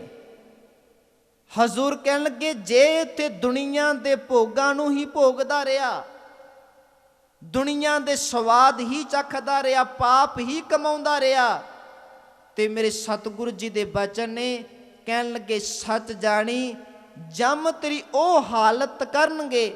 ਕਹਿਣ ਲੱਗੇ ਜਿਵੇਂ ਮਧਾਣੀ ਦੇ ਨਾਲ ਦੁੱਧ ਰਿੜਕਿਆ ਜਾਂਦਾ ਹੈ, ਸੱਚ ਜਾਣੀ ਸਰੀਰ ਤੋਂ ਬਾਅਦ ਤੇਰੀ ਹਾਲਤ ਐਸੀ ਹੋਵੇਗੀ, ਇੰਨੇ ਕੁ ਤੈਨੂੰ ਦੁੱਖ ਤੇ ਤਸੀਹੇ ਚੱਲਣੇ ਪੈਣਗੇ। ਪਾਪੀ ਕਰਮ ਕਮਾਵਦੇ ਕਰਦੇ ਹਾਏ ਹਾਏ, ਨਾਨਕ ਜੋ ਮੱਥੇ ਮਧਾਣੀਆਂ ਤੇ ਮੱਥੇ ਧਰਮ ਰਾਏ। ਹਜ਼ੂਰ ਨੇ ਅਗਲੀ ਤਸਵੀਰ ਸਾਨੂੰ ਦਿਖਾਈ ਹੈ ਵੀ ਜੇ ਦੁਨੀਆ ਤੇ ਆ ਕੁਝ ਕਰਦਾ ਰਿਹਾ, ਆ ਕੁਝ ਅੱਗੇ ਮਿਲੇਗਾ। ਤੇ ਜੇ ਤੇ ਸਿਮਰਨ ਕੀਤਾ ਨਾ, ਕਹਿਣ ਲੱਗੇ ਫਿਰ ਪਰਮਾਤਮਾ ਵੀ ਆਵੇਗਾ ਵੀ ਆਓ ਬੈਠ ਆਦਰ ਸੁਭ ਥਾਈ। ਪਰਮਾਤਮਾ ਆਦਰ ਕਰੇਗਾ, ਅਦਬ ਨਾਲ ਤੈਨੂੰ ਬਿਠਾਏਗਾ ਵੀ ਮੇਰੀ ਯਾਦ ਵਿੱਚ ਜੁੜਿਆ ਰਿਹਾ ਹੈ, ਇਹ ਮੇਰੀ ਬਾਣੀ ਨੂੰ ਪੜ੍ਹਦਾ ਰਿਹਾ ਹੈ, ਇਹ ਸਿਮਰਨ ਕਰਦਾ ਰਿਹਾ ਹੈ, ਇਹ ਦੂਸਰਿਆਂ ਦਾ ਭਲਾ ਕਰਦਾ ਰਿਹਾ ਨੇ, ਚੰਗੇ ਕਰਮ ਕੀਤੇ ਨੇ। ਹਜ਼ੂਰ ਕਹਿ ਰਹੇ ਨੇ ਭਗਤ ਗੁਰਮੁਖ ਜਿਨ੍ਹਾਂ ਨੇ ਨਾਮ ਦਾ ਸਵਾਦ ਚੱਖਿਆ, ਬਾਕੀ ਸਾਰੇ ਸਵਾਦਾਂ ਨੂੰ ਤੁੱਛ ਸਮਝਦੇ ਨੇ ਵੀ ਇਹ ਫਿੱਕੇ ਨੇ ਦੁਨੀਆ ਦੇ ਸਵਾਦ। ਪਰ ਦੁਨੀਆ ਵਾਲੇ ਆਖਦੇ ਨੇ ਦੁਨੀਆ ਦੇ ਸਵਾਦ ਸਭ ਤੋਂ ਵੱਡੇ ਨੇ। ਭਗਤ ਫਰੀਦ ਸਾਹਿਬ ਨੂੰ ਪੁੱਛਿਆ ਸੀ ਕਿਸੇ ਨੇ, ਬਾਬਾ ਫਰੀਦ ਜੀ ਵੀ ਜੇ ਮਿਠਾਸ ਦੀ ਗੱਲ ਕਰੀਏ, ਦੁਨੀਆ ਵਿੱਚ ਸਭ ਤੋਂ ਜ਼ਿਆਦਾ ਮਿੱਠਾ ਤੇ ਸਭ ਤੋਂ ਜ਼ਿਆਦਾ ਸਵਾਦਲਾ ਕੀ ਹੈ? ਤੇ ਭਗਤ ਸਾਹਿਬ ਜੀ ਨੇ ਕੁਝ ਉਦਾਹਰਨਾਂ ਦੇ ਕੇ ਕਹਿ ਦਿੱਤਾ। ਕਹਿਣ ਲੱਗੇ ਦੁਨੀਆ ਵਾਸਤੇ ਭਾਵੇਂ ਸ਼ੱਕਰ ਮਿੱਠੀ ਹੋਵੇ, ਗੁੜ ਮਿੱਠਾ ਹੋਵੇ, ਸ਼ਹਿਦ ਮਿੱਠਾ ਹੋ ਸਕਦਾ ਹੈ। ਕਹਿਣ ਲੱਗੇ ਪਰ ਮੇਰੇ ਕੋਲੋਂ ਪੁੱਛੋ ਜਿਹੜੇ ਉਸ ਰੱਬ ਨਾਲ ਪ੍ਰੀਤ ਪਾਈ ਬੈਠੇ ਨੇ, ਜਿਨ੍ਹਾਂ ਨੇ ਬਚਨ ਕੀਤੇ ਨੇ ਦਿਲੋਂ ਹੋ ਮੁਹੱਬਤ ਜਿਨ ਸਹੀ ਸੱਚਿਆ, ਉਹਨਾਂ ਦੀ ਗੱਲ ਹੈ ਇਹ। ਕਹਿਣ ਲੱਗੇ ਮੈਂ ਦੱਸਣਾ ਚਾਹਾਂਗਾ ਕਿ ਸ਼ੱਕਰ ਖੰਡ ਨਿਵਾਤ ਗੁੜ, ਮੱਖਿਓ ਮਾਝਾ ਦੁੱਧ, ਸਭੇ ਵਸਤੂ ਮਿੱਠੀਆਂ, ਰੱਬ ਨਾ ਪੁੱਜਣ ਤੁਧ। ਰੱਬ ਦੇ ਨਾਮ ਦੇ ਸਵਾਦ ਉਸ ਤੋਂ ਸਭ ਕੁਝ ਫਿੱਕੇ ਨੇ। ਗੁਰੂ ਅਮਰਦਾਸ ਪਾਤਸ਼ਾਹ ਨੇ ਕਹਿ ਦਿੱਤਾ, ਇਹ ਰਸਨਾ ਤੂੰ ਅਨਰਸ ਰਾਚ ਰਹੀ। ਤੂੰ ਦੁਨੀਆ ਦੇ ਸਵਾਦ ਬੜੇ ਚੱਖੇ ਨੇ, ਪਰ ਦੁਨੀਆ ਦੇ ਸਵਾਦਾਂ ਨਾਲ, ਦੁਨੀਆ ਦੀ ਮਿਠਾਸ ਨਾਲ, ਦੁਨੀਆ ਦੇ ਵੱਖ-ਵੱਖ ਭੋਗ ਭੋਗ ਕੇ ਮਤ ਤੂੰ ਕਿਤੇ ਸੋਚ ਲਵੇਂ ਤੇਰੀ ਪਿਆਸ ਮਿਟ ਜੇਗੀ, ਤੇਰੀ ਤ੍ਰਿਪਤੀ ਹੋ ਜੇਗੀ। ਕਹਿਣ ਲੱਗੇ ਕਦੀ ਨਹੀਂ ਹੋ ਸਕਦੀ। ਇਹ ਰਸਨਾ ਤੂੰ ਅਨਰਸ ਰਾਚ ਰਹੀ, ਤੇਰੀ ਪਿਆਸ ਨਾ ਜਾਏ, ਪਿਆਸ ਨਾ ਜਾਏ ਹੋਰਤ ਕਿਤੇ। ਜਿੰਨਾ ਚਿਰ ਤੱਕ ਨਾਮ ਨਹੀਂ ਜਪੇਂਗੀ ਤੇਰੀ ਪਿਆਸ ਨਹੀਂ ਮਿਟ ਸਕਦੀ। ਤੁਸੀਂ ਦੁਨੀਆ ਦੇ ਸਵਾਦ ਵੇਖੋ, ਭਾਵੇਂ ਜਿੰਨੇ ਮਰਜ਼ੀ ਸਵਾਦ ਤੁਸੀਂ ਦੁਨੀਆ ਦੇ ਭੋਗ ਭੋਗੋ, ਕਿਉਂ ਸਾਡੀ ਤ੍ਰਿਪਤੀ ਕਰ ਦੇਣਗੇ? ਦੁਨੀਆ ਦੇ ਸਵਾਦ, ਦੁਨੀਆ ਦੇ ਰਸ ਬੰਦੇ ਦੀ ਭੁੱਖ ਨੂੰ ਵਧਾਉਂਦੇ ਨੇ, ਉਹਦੀ ਤ੍ਰਿਸ਼ਨਾ ਨੂੰ ਹੋਰ ਜ਼ਿਆਦਾ ਬੜਾਵਾ ਦਿੰਦੇ ਨੇ। ਪਰ ਇੱਕੋ ਇੱਕ ਦੁਨੀਆ ਵਿੱਚ ਹੈ ਪਰਮਾਤਮਾ ਦੇ ਨਾਮ ਦਾ ਸਵਾਦ।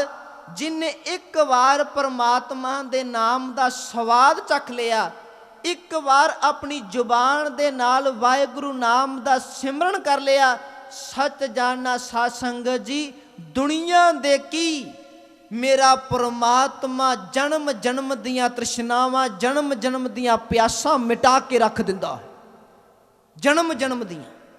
ਤੇ ਭਗਤ ਜਨ ਆਖਦੇ ਨੇ ਅਨਰਸ ਸਾਧ ਗਏ ਸਭਨੀ ਕਰ। ਜਦੋਂ ਦਾ ਨਾਮ ਦਾ ਸਵਾਦ ਚਖਿਆ ਹੈ, ਕਹਿਣ ਲੱਗੇ ਬਾਕੀ ਸਾਰੇ ਸਵਾਦ ਜ਼ਿੰਦਗੀ ਚੋਂ ਪਾਸੇ ਹੋ ਗਏ ਨੇ। ਹੁਣ ਕੁਝ ਚੰਗਾ ਨਹੀਂ ਲੱਗਦਾ, ਕੁਝ ਨਹੀਂ ਚੰਗਾ ਲੱਗਦਾ। ਹੁਣ ਤੇ ਭਾਵੇਂ ਕੱਖਾਂ ਦੀ ਕੁੱਲੀ ਮਿਲ ਜਾਵੇ, ਤਨ ਤੇ ਫਟੇ ਪੁਰਾਣੇ ਵਸਤਰ ਹੋਣ, ਖਾਣ ਲਈ ਇੱਕ ਵਕਤ ਦਾ ਭੋਜਨ ਸੁੱਕੀ ਜਿਹੀ ਰੋਟੀ ਮਿਲ ਜਾਵੇ, ਕਹਿਣ ਲੱਗੇ ਉਸੇ ਵਿੱਚ ਹੀ ਸਬਰ ਹੈ, ਉਸੇ ਵਿੱਚ ਹੀ ਸ਼ੁਕਰ ਹੈ, ਇਸੇ ਵਿੱਚ ਹੀ ਸਾਨੂੰ ਸੁੱਖ ਜਾਪਦਾ ਹੈ। ਕਿਉਂਕਿ ਅੱਜ ਇਸ ਜ਼ੁਬਾਨ ਨੇ ਉਸ ਨਾਮ ਦੇ ਸਵਾਦ ਨੂੰ ਚੱਖ ਲਿਆ ਹੈ, ਜਿਹੜਾ ਆਨੰਦ, ਜਿਹੜਾ ਸੁੱਖ ਸੋਨੇ ਦੇ ਮਹਿਲਾਂ ਵਿੱਚ, ਕੀਮਤੀ ਵਸਤਰਾਂ ਵਿੱਚ, 36 ਪ੍ਰਕਾਰ ਦੇ ਭੋਜਨਾਂ ਦੇ ਵਿੱਚੋਂ ਵੀ ਨਹੀਂ ਮਿਲਦਾ, ਨਹੀਂ ਮਿਲ ਸਕਦਾ। ਉਹ ਸਵਾਦ ਨੂੰ ਅੱਜ ਚੱਖਿਆ ਹੈ। ਤੇ ਬਚਨ ਕਰਦੇ ਨੇ ਅਨਰਸ ਸਾਧ ਗਏ ਸਭ ਨੀਕਰ। ਨੀਕਰ ਦਾ ਅਰਥ ਹੈ ਸਾਰੇ ਨਿਕਲ ਗਏ, ਦੁਨੀਆ ਦੇ ਰਸ, ਦੁਨੀਆ ਦੇ ਭੋਗਾਂ ਦਾ ਸਵਾਦ। ਅਨਰਸ ਸਾਧ ਗਏ ਸਭ ਨੀਕਰ, ਬਿਨ ਨਾਵੇ ਕਿਛ ਨਾ ਸੁਖਾਵੇ ਗੋ। ਨਾਮ ਤੋਂ ਬਗੈਰ ਸਾਨੂੰ ਕੁਝ ਚੰਗਾ ਨਹੀਂ ਲੱਗਦਾ। ਇਹ ਭਗਤਾਂ ਦੀ, ਉਹਨਾਂ ਦੀ ਅਵਸਥਾ ਹੈ। ਨਾਮ ਤੋਂ ਬਗੈਰ ਕਿਤੇ ਸੁੱਖ ਨਹੀਂ ਮਿਲ ਸਕਦਾ। ਤੇ ਅਖੀਰ ਦੀਆਂ 2 ਪੰਕਤੀਆਂ ਇਸ ਅਸ਼ਟਪਦੀ ਦੇ 2 ਹੀ ਪਦੇ ਸਾਂਝੇ ਕਰਨੇ ਨੇ। ਅਖੀਰਲਾ ਪਦਾ ਹੈ, ਗੁਰਮਤ ਹਰ ਹਰ ਮੀਠਾ ਲਾਗਾ, ਗੁਰ ਮੀਠੇ ਬਚਨ ਕਢਾਵੇ ਗੋ। ਅੱਜ ਦੁਨੀਆ ਦੇ ਹਾਲਾਤ ਵੱਲ ਨਿਗਾਹ ਮਾਰੀਏ, ਹਰ ਇੱਕ ਬੰਦਾ ਅੰਦਰੋਂ ਕਲਪਿਆ ਪਿਆ ਹੈ। ਤੁਸੀਂ ਕਿਸੇ ਨੂੰ ਬੁਲਾਵੋ, ਕਹਿਣ ਲੱਗੇ, ਕਈ ਤੇ ਸਿੱਧੇ ਮੂੰਹ ਨਹੀਂ ਬੋਲਦੇ, ਇੰਨੀ ਕੁ ਅੰਦਰ ਅੱਗ ਭਰੀਏ, ਜਿਹੜੀ ਅੰਦਰ ਅੱਗ ਹੈ ਉਹੀ ਜ਼ੁਬਾਨ ਚੋਂ ਬਾਹਰ ਨਿਕਲਦੀ ਹੈ। ਜੋ ਕੁਝ ਅੰਦਰ ਹੋਵੇਗਾ ਉਹੀ ਬਾਹਰ ਨਿਕਲੇਗਾ। ਸੱਚ ਜਾਣਨਾ, ਇੱਕ ਭਾਂਡੇ ਵਿੱਚ ਜੇ ਦੁੱਧ ਪਾਇਆ ਨਾ, ਉਸ ਭਾਂਡੇ ਚੋਂ ਦੁੱਧ ਹੀ ਕੱਢੋਗੇ, ਉਸ ਭਾਂਡੇ ਵਿੱਚੋਂ ਲੱਸੀ ਨਹੀਂ ਕੱਢ ਸਕਦੇ। ਜੇ ਇਸ ਭਾਂਡੇ ਵਿੱਚ ਕਹਿਣ ਲੱਗੇ ਹੀਰੇ ਮੋਤੀ ਪਾਏ ਨੇ, ਉੱਥੋਂ ਹੀਰੇ ਮੋਤੀ ਮਿਲਣਗੇ, ਉੱਥੋਂ ਪੱਥਰ ਨਹੀਂ। ਤੇ ਜਿੱਥੇ ਪੱਥਰ ਤੇ ਕੋਲਾ ਹੀ ਭਰਿਆ ਏ, ਜੇ ਬੰਦਾ ਹੱਥ ਮਾਰ ਕੇ ਹੀਰੇ ਕੱਢਣ ਦਾ ਯਤਨ ਕਰੇ, ਕਿੱਥੋਂ ਨਿਕਲਣਗੇ? ਨਹੀਂ ਨਿਕਲ ਸਕਦੇ। ਜੇ ਜ਼ਿੰਦਗੀ ਵਿੱਚ ਕਾਮ, ਕ੍ਰੋਧ, ਲੋਭ, ਮੋਹ, ਹੰਕਾਰ, ਤ੍ਰਿਸ਼ਨਾ, ਚੁਗਲੀ, ਇਹ ਸਭ ਕੁਝ ਭਰਿਆ ਹੈ, ਫਿਰ ਕਿੱਥੋਂ ਬੰਦਾ ਦੂਸਰੇ ਦੇ ਨਾਲ, ਦੂਸਰਿਆਂ ਦੇ ਨਾਲ ਕਹਿਣ ਲੱਗੇ ਚੰਗੇ ਵਿਵਹਾਰ ਨਾਲ ਪੇਸ਼ ਆਵੇਗਾ?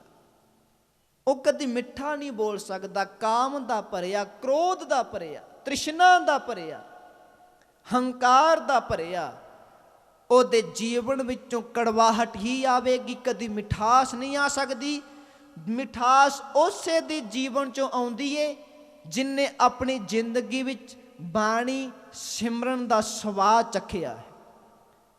ਭਗਤਾਂ ਦੇ ਜੀਵਨ ਨੂੰ ਪੜ੍ਹੀਏ, ਗੁਰਸਿੱਖਾਂ ਦੇ ਜੀਵਨ ਨੂੰ ਪੜ੍ਹੀਏ, ਕਿੰਨੀ ਕੁ ਨਿਮਰਤਾ, ਕਿੰਨੀ ਕੁ ਮਿਠਾਸ ਸੀ, ਕਿੰਨੀ ਕੁ ਹਲੇਮੀ ਸੀ, ਕਿੰਨਾ ਕੁ ਸਬਰ ਸੀ, ਕਿਉਂਕਿ ਅੰਦਰ ਬਾਣੀ ਸੀ, ਅੰਦਰ ਨਾਮ ਦਾ ਕਿਣਕਾ ਸੀ। ਹਜ਼ੂਰ ਕਹਿਣ ਲੱਗੇ, ਗੁਰਮਤ ਹਰ ਹਰ ਮੀਠਾ ਲਾਗਾ, ਗੁਰੂ ਦੀ ਮੱਤ ਤੇ ਤੁਰਿਆ, ਗੁਰੂ ਦੀ ਮੱਤ ਮਿੱਠੀ ਲੱਗੀ, ਮਿੱਠੇ ਨਾਮ ਨੂੰ ਅੰਦਰ ਵਸਾ ਲਿਆ।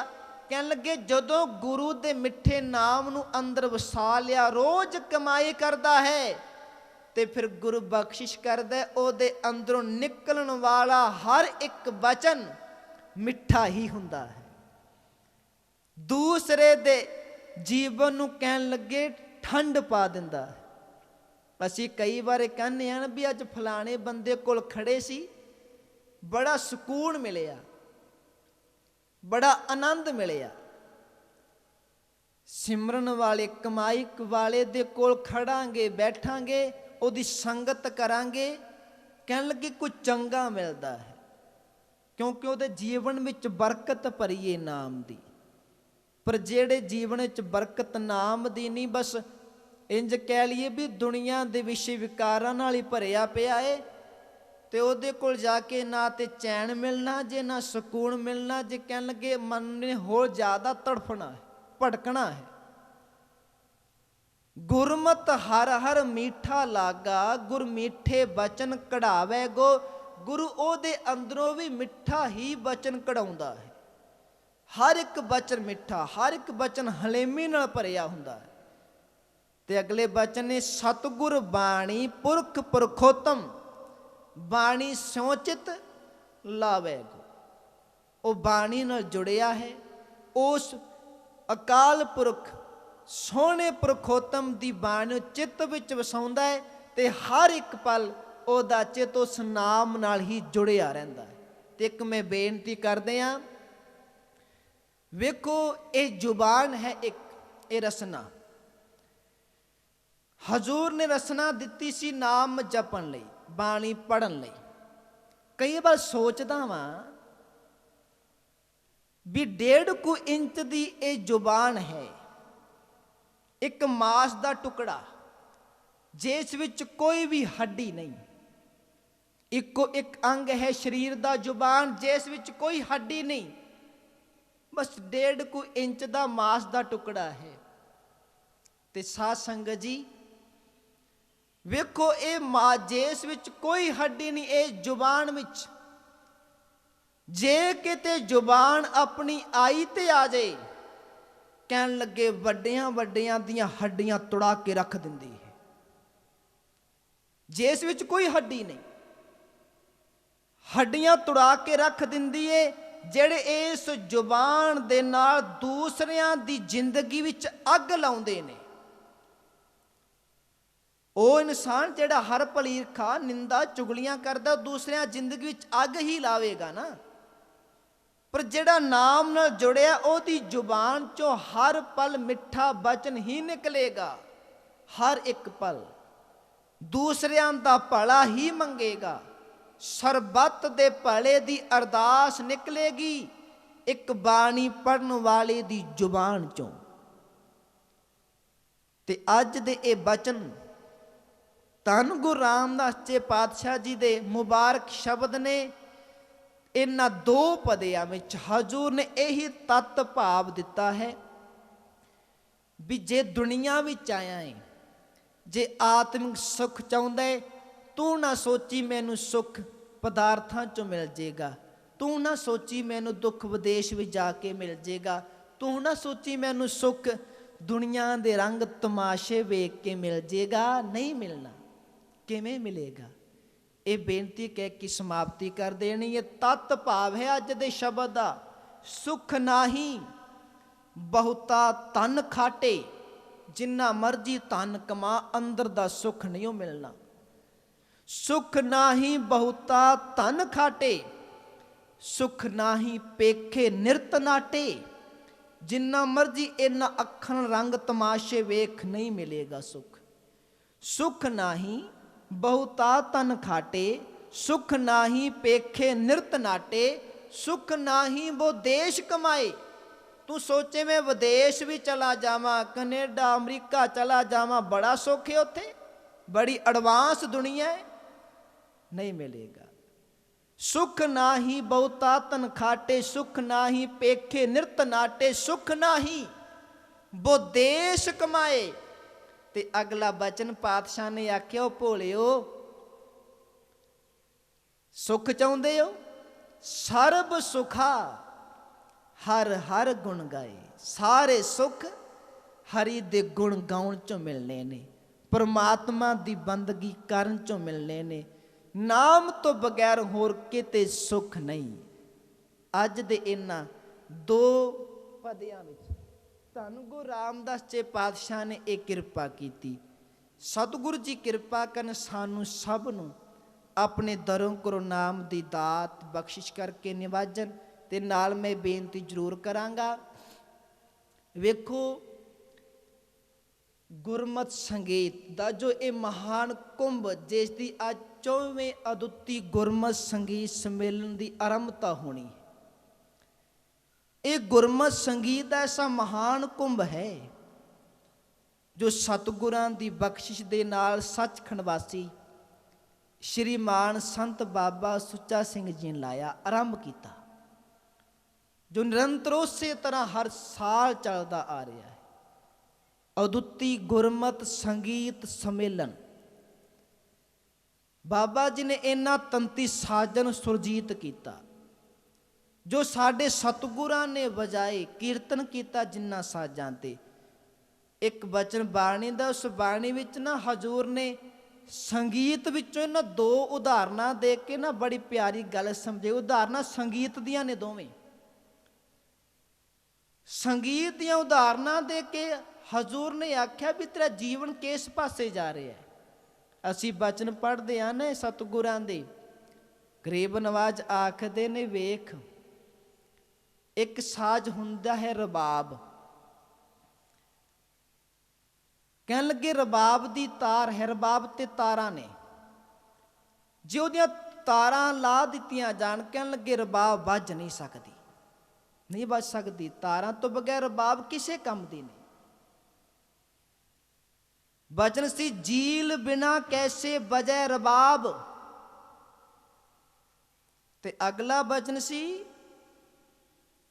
नाम बिना बिरथे सब काज। तेरी जिंदगी विच सब कुछ होवे, रबाब दा सारा ढांचा होवे, कहणगे तारा ना होण उस विचों धुन नहीं निकल सकदी, वो वज नहीं सकदी, ਕਹਿਣ ਲੱਗੇ ਤੇਰੀ ਜ਼ਿੰਦਗੀ ਵਿੱਚ ਸਭ ਕੁਝ ਹੋਵੇ ਪਰ ਨਾਮ ਨਾ ਹੋਵੇ, ਕਿਸੇ ਵੀ ਕੰਮ ਦਾ ਨਹੀਂ, ਕਿਸੇ ਕੰਮ ਦਾ ਨਹੀਂ। ਵੇਖੋ ਇੱਕ ਛੋਟੀ ਜੀ ਮੈਂ ਬੇਨਤੀ ਕਹਿ ਕੇ ਸਮਾਪਤੀ ਕਰਦੇ ਹਾਂ। ਸੰਤ ਬਾਬਾ ਸੁੱਚਾ ਸਿੰਘ ਜੀ ਨੇ ਮਹਾਨ ਕਾਰਜ ਕੀਤਾ। ਧੰਨ ਗੁਰੂ ਨਾਨਕ ਸੱਚੇ ਪਾਤਸ਼ਾਹ ਜੀ ਨੇ ਬਾਬਾ ਭਾਈ ਮਰਦਾਨਾ ਜੀ ਦੇ ਹੱਥ ਵਿੱਚ ਰਬਾਬ ਪਕੜਾਈ, ਬਚਨ ਕੀਤਾ, ਮਰਦਾਨਿਆਂ ਵਜਾ ਰਬਾਬ, ਕਾਈ ਸਿਫਤ ਖੁਦਾ ਦੇ ਦੀਦਾਰ ਦੀ ਕਰੀਏ। ਵੇਖੋ ਰਬਾਬ ਭਾਈ ਮਰਦਾਨੇ ਜੀ ਦੇ ਹੱਥ ਵਿੱਚ ਪਕੜਾਈ ਤੇ ਸੋਚਦਾ ਵਾਂ ਵੀ ਅੱਜ ਤੋਂ ਤਕਰੀਬਨ ਨਾ ਡਾਕਟਰ ਬਲਬੀਰ ਸਿੰਘ ਜੀ ਨੇ ਘਟਨਾ ਦਾ ਜ਼ਿਕਰ ਕੀਤਾ, ਕਹਿਣ ਲੱਗੇ ਵੀ ਅੱਜ ਤੋਂ 2500 ਪਹਿਲਾਂ ਉਹ ਤੇ ਇੱਕ ਵਜੰਤਰੀ ਸੀ, ਉਹ ਵੀ ਰਬਾਬ ਵਜਾਉਂਦਾ ਸੀ। ਉਹਦਾ ਨਾਮ ਸੀ ਹਕੀਮ ਫਰਾਬੀ, ਬੁਖਾਰੇ ਦਾ ਰਹਿਣ ਵਾਲਾ। ਅਬੂ ਨਾਸਰ ਉਹਦਾ ਨਾਮ ਸੀ, ਫਰਾਬ ਸ਼ਹਿਰ ਦਾ ਰਹਿਣ ਕਰਕੇ ਉਹਨੂੰ ਹਕੀਮ ਫਰਾਬੀ ਆਖਦੇ ਸਨ। ਬੜਾ ਫੱਕਰ ਸੁਭਾਅ ਸੀ, ਮਸਤਾਨਾ ਸੀ, ਬੰਦਗੀ ਵਾਲਾ ਸੀ। ਉਹ ਆਪਣੀ ਮਰਜ਼ੀ ਨਾਲ ਗਾਉਂਦਾ ਸੀ, ਮਰਦੀ ਮਰਜ਼ੀ ਸਾਜ਼ ਵਜਾਉਂਦਾ ਸੀ, ਬੜਾ ਆਲਮ ਸੀ, ਬੜਾ ਵਿਦਵਾਨ ਸੀ ਉਹ। ਤੇ ਸਾਧ ਸੰਗਤ ਜਿਸ ਸ਼ਹਿਰ ਵਿੱਚ ਰਹਿੰਦਾ ਉੱਥੇ ਇੱਕ ਅਮੀਰ ਸੀ। ਉਹਨੇ ਸੁਣਿਆ ਵੀ ਹਕੀਮ ਫਰਾਬੀ ਬੜਾ ਸੋਹਣਾ ਸਾਜ਼ ਵਜਾਉਂਦਾ ਹੈ, ਰਬਾਬ ਵਜਾਉਂਦਾ ਹੈ, ਵੀ ਇਹਨੂੰ ਆਪਾਂ ਆਪਣੀ ਮਹਿਫਿਲ ਵਿੱਚ ਬੁਲਾਈਏ ਤੇ ਇਹਦੇ ਕੋਲ ਸਾਜ਼ ਵਜਾਉਂਦੇ ਆ। ਉਹਨੇ ਸੱਦਾ ਭੇਜਿਆ, ਉਹਨੇ ਇਨਕਾਰ ਕਰ ਦਿੱਤਾ, ਕਹਿਣ ਲੱਗੇ ਮੈਂ ਆਪਣੀ ਮਰਜ਼ੀ ਦਾ ਮਾਲਕ ਹਾਂ, ਮੈਂ ਨਹੀਂ ਆ ਸਕਦਾ। ਕੁਝ ਦਿਨ ਬਤੀਤ ਹੋ ਗਏ। ਅੱਜ ਉਹ ਅਮੀਰ ਆਪਣੀ ਮਹਿਫਿਲ ਵਿੱਚ ਬੈਠਾ, ਸ਼ਹਿਰ ਦੇ ਸਾਰੇ ਅਮੀਰ ਲੋਕ ਉੱਥੇ ਬੈਠੇ ਨੇ। ਕੀ ਹੋਇਆ, ਜੋ ਸਾਰੇ ਬੈਠੇ ਨੇ, ਮਹਿਫਿਲ ਚੱਲਦੀ ਪਈ ਸੀ, ਉਹਨਾਂ ਦੀ ਉਹ ਸਭਾ, ਹਕੀਮ ਫਰਾਬੀ ਉਹਨਾਂ ਦੀ ਉਹ ਸਭਾ ਵਿੱਚ ਆਇਆ। ਫਟੇ ਪੁਰਾਣੇ ਕੱਪੜੇ, ਦਸਤਾਰ ਸੀ ਫਟੀ ਮੈਲੀ, ਹੱਥ ਵਿੱਚ ਮੋਢੇ ਸਾਜ਼ ਟੰਗਿਆ ਸੀ, ਬੜਾ ਮਾੜਾ ਲਿਬਾਸ ਸੀ ਉਹਦਾ। ਆਨੰਦ ਵਿੱਚ ਆ ਰਿਹਾ ਹੈ। ਜਦੋਂ ਅੰਦਰ ਆਇਆ ਨਾ, ਉਹ ਅਮੀਰ ਬੈਠਾ ਸੀ, ਸਾਰੇ ਅਮੀਰ ਲੋਕ ਬੈਠੇ ਨੇ, ਉਹਨਾਂ ਨੇ ਵੇਖਿਆ ਇਸ ਨੂੰ, ਇਹਦੀ ਹਾਲਤ ਨੂੰ ਵੇਖ ਕੇ ਹੱਸ ਪਏ, ਇਹਨੂੰ ਮਜ਼ਾਕ ਕੀਤਾ ਉਹਨਾਂ ਨੇ। ਜਦੋਂ ਹਕੀਮ ਫਰਾਬੀ ਨੇ ਸੁਣਿਆ ਨਾ, ਹਕੀਮ ਫਰਾਬੀ ਨੇ ਆਪਣੇ ਮੋਢੇ ਤੋਂ ਸਾਜ਼ ਲਾਇਆ, ਉਸ ਸਾਜ਼ ਨੂੰ, ਉਸ ਰਬਾਬ ਨੂੰ ਵਜਾਇਆ। ਲਿਖਦੇ ਜਦੋਂ ਰਬਾਬ ਵਜਾਇਆ, ਉਹ 'ਚ ਐਸੀ ਧੁਨ ਨਿਕਲੀ, ਜਿੰਨੇ ਲੋਕ ਬੈਠੇ ਸਨ ਉਸ ਮਹਿਫਿਲ ਵਿੱਚ, ਕਹਿਣ ਲੱਗੇ ਸਾਰੇ ਉੱਚੀ ਉੱਚੀ ਰੋਣ ਲੱਗ ਪਏ। ਸਾਰੇ ਅਮੀਰ ਵੀ, ਜਿੰਨੇ ਬੈਠੇ ਸਨ ਸਾਰੇ ਰੋਣ ਲੱਗ ਪਏ। ਐਸਾ ਅਸਰ ਸੀ ਉਸ ਦੀ ਰਬਾਬ ਵਿੱਚੋਂ ਨਿਕਲਣ ਵਾਲੀ ਧੁਨ ਚੋਂ, ਜੋ ਸਾਰੇ ਰੋਣ ਲੱਗ ਪਏ। ਫਿਰ ਉਹਨੇ ਉਸ ਦੀ ਤਾਰ ਨੂੰ ਚੇਂਜ ਕੀਤਾ, ਮੈਂ ਸ਼ਬਦ ਵਰਤਦਿਆਂ ਅੱਜ ਦਾ ਵੀ ਸਕੇਲ ਚੇਂਜ ਕੀਤਾ। ਕਹਿਣ ਲੱਗੇ ਜੋ ਦੂਸਰੀ ਵਾਰ ਵਜਾਇਆ ਨਾ, ਜਿੰਨੇ ਉੱਥੇ ਬੈਠੇ ਸਨ ਸਾਰੇ ਉੱਚੀ ਉੱਚੀ ਹੱਸਣ ਲੱਗ ਪਏ। ਤੀਸਰੀ ਵਾਰ ਉਹਨੇ ਵਜਾਇਆ, ਪਹਿਲਾਂ ਰਵਾਇਆ ਫਿਰ ਹਸਾਇਆ, ਤੇ ਤੀਸਰੀ ਵਾਰ ਸਭ ਨੂੰ ਕਹਿਣ ਲੱਗੇ ਸਵਾ ਦਿੱਤਾ। ਜਦੋਂ ਸਾਰੇ ਸੌਂ ਗਏ ਤੇ ਹਕੀਮ ਫਰਾਬ ਨੇ ਕਾਗਜ਼ ਦੇ ਟੁਕੜੇ ਤੇ ਕੁਝ ਸਤਰਾਂ ਲਿਖੀਆਂ। ਉਹਨੇ ਲਿਖਿਆ ਸੀ, ਐ ਅਮੀਰ, तूने हकीम फराबी को बुलाया, वो आया, तूने उसका मजाक उड़ाया, ते कह दिता अब हकीम फराबी तुम्हें रुलाकर, तुम्हें हंसाकर, तुम्हें सुलाकर जा रहा है। चला गया सवा के सब नूं। ते उत्ते फिर डॉक्टर बलबीर सिंह लिखते ने, कह लगे हकीम फराबी दी रबाब विच असर सी, ਉਹ ਲੋਕਾਂ ਨੂੰ ਹਸਾ ਸਕਦੀ ਸੀ, ਰਵਾ ਸਕਦੀ ਸੀ, ਸਵਾ ਸਕਦੀ ਸੀ ਨੀਂਦ।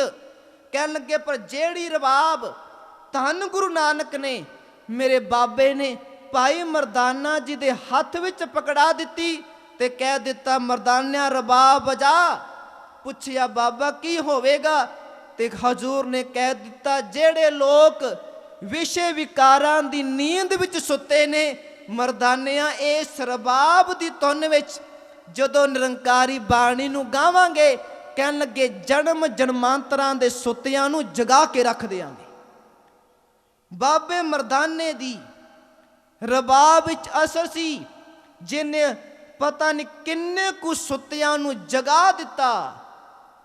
ਸਾਸੰਗ ਸੱਚ ਜਾਣਾ ਉਹ ਰਬਾਬ ਜਿਹਦੇ ਅੱਜ ਅਸੀਂ ਦੀਦਾਰ ਕਰਦੇ ਹਾਂ, ਤਾਊਸ, ਦਿਲਰੁਬਾ, ਸਾਰੰਗੀ, ਇਹ ਸਾਡੇ ਤੰਤੀ ਸਾਜ਼ ਨੇ ਜਿਨ੍ਹਾਂ ਤੇ ਸਤਿਗੁਰਾਂ ਨੇ ਕੀਰਤਨ ਕੀਤਾ ਤੇ ਸੱਚ ਜਾਣਨਾ ਜਿਹੜੇ ਨਿਰਲੋਪ ਹੁੰਦੇ ਜਾ ਰਹੇ ਸਨ। ਜੇ ਸੱਚਖੰਡ ਵਾਸੀ ਸੰਤ ਬਾਬਾ ਸੁੱਚਾ ਸਿੰਘ ਜੀ ਇਹ ਮਹਾਨ ਕਾਰਜ ਨਾ ਕਰਦੇ, ਸਤਿਗੁਰਾਂ ਦੀ ਕਿਰਪਾ ਨਾਲ ਇਹਨਾਂ ਤੰਤੀ ਸਾਜ਼ਾਂ ਨੂੰ ਨਾ ਸੰਭਾਲਦੇ, ਰਾਗਾਂ ਨੂੰ ਨਾ ਸੰਭਾਲਦੇ, ਇਸ ਵਿੱਚ ਕੋਈ ਸ਼ੱਕ ਨਹੀਂ ਵੀ ਸਾਨੂੰ ਇਹ ਰਬਾਬ ਦੇ ਦੀਦਾਰ ਨਹੀਂ ਸੀ ਹੋਣੇ, ਸਾਨੂੰ ਤਾਉਸ ਵੇਖਣ ਨੂੰ ਨਹੀਂ ਸੀ ਮਿਲਣਾ, ਸਾਨੂੰ ਪਤਾ ਨਹੀਂ ਸੀ ਲੱਗਣਾ ਦਿਲਰਬਾ ਕਿਹੋ ਜਿਹੀ ਹੁੰਦੀ ਹੈ। ਇਹ ਉਹਨਾਂ ਮਹਾਨ ਮਹਾਂਪੁਰਖਾਂ ਦੀ ਕਮਾਈ ਹੈ ਵੀ ਅੱਜ ਉਹਨਾਂ ਦਾ ਕੀਤਾ ਹੋਇਆ ਕਾਰਜ ਦੇਸ਼ ਵਿਦੇਸ਼ਾਂ ਵਿੱਚ ਹਰ ਥਾਂ ਤੇ ਤੰਤੀ ਸਾਜ਼ ਵੱਜਦੇ ਨੇ, ਦਰਬਾਰ ਸਾਹਿਬ ਵੀ ਕੀਰਤਨ ਹੁੰਦਾ ਹੈ।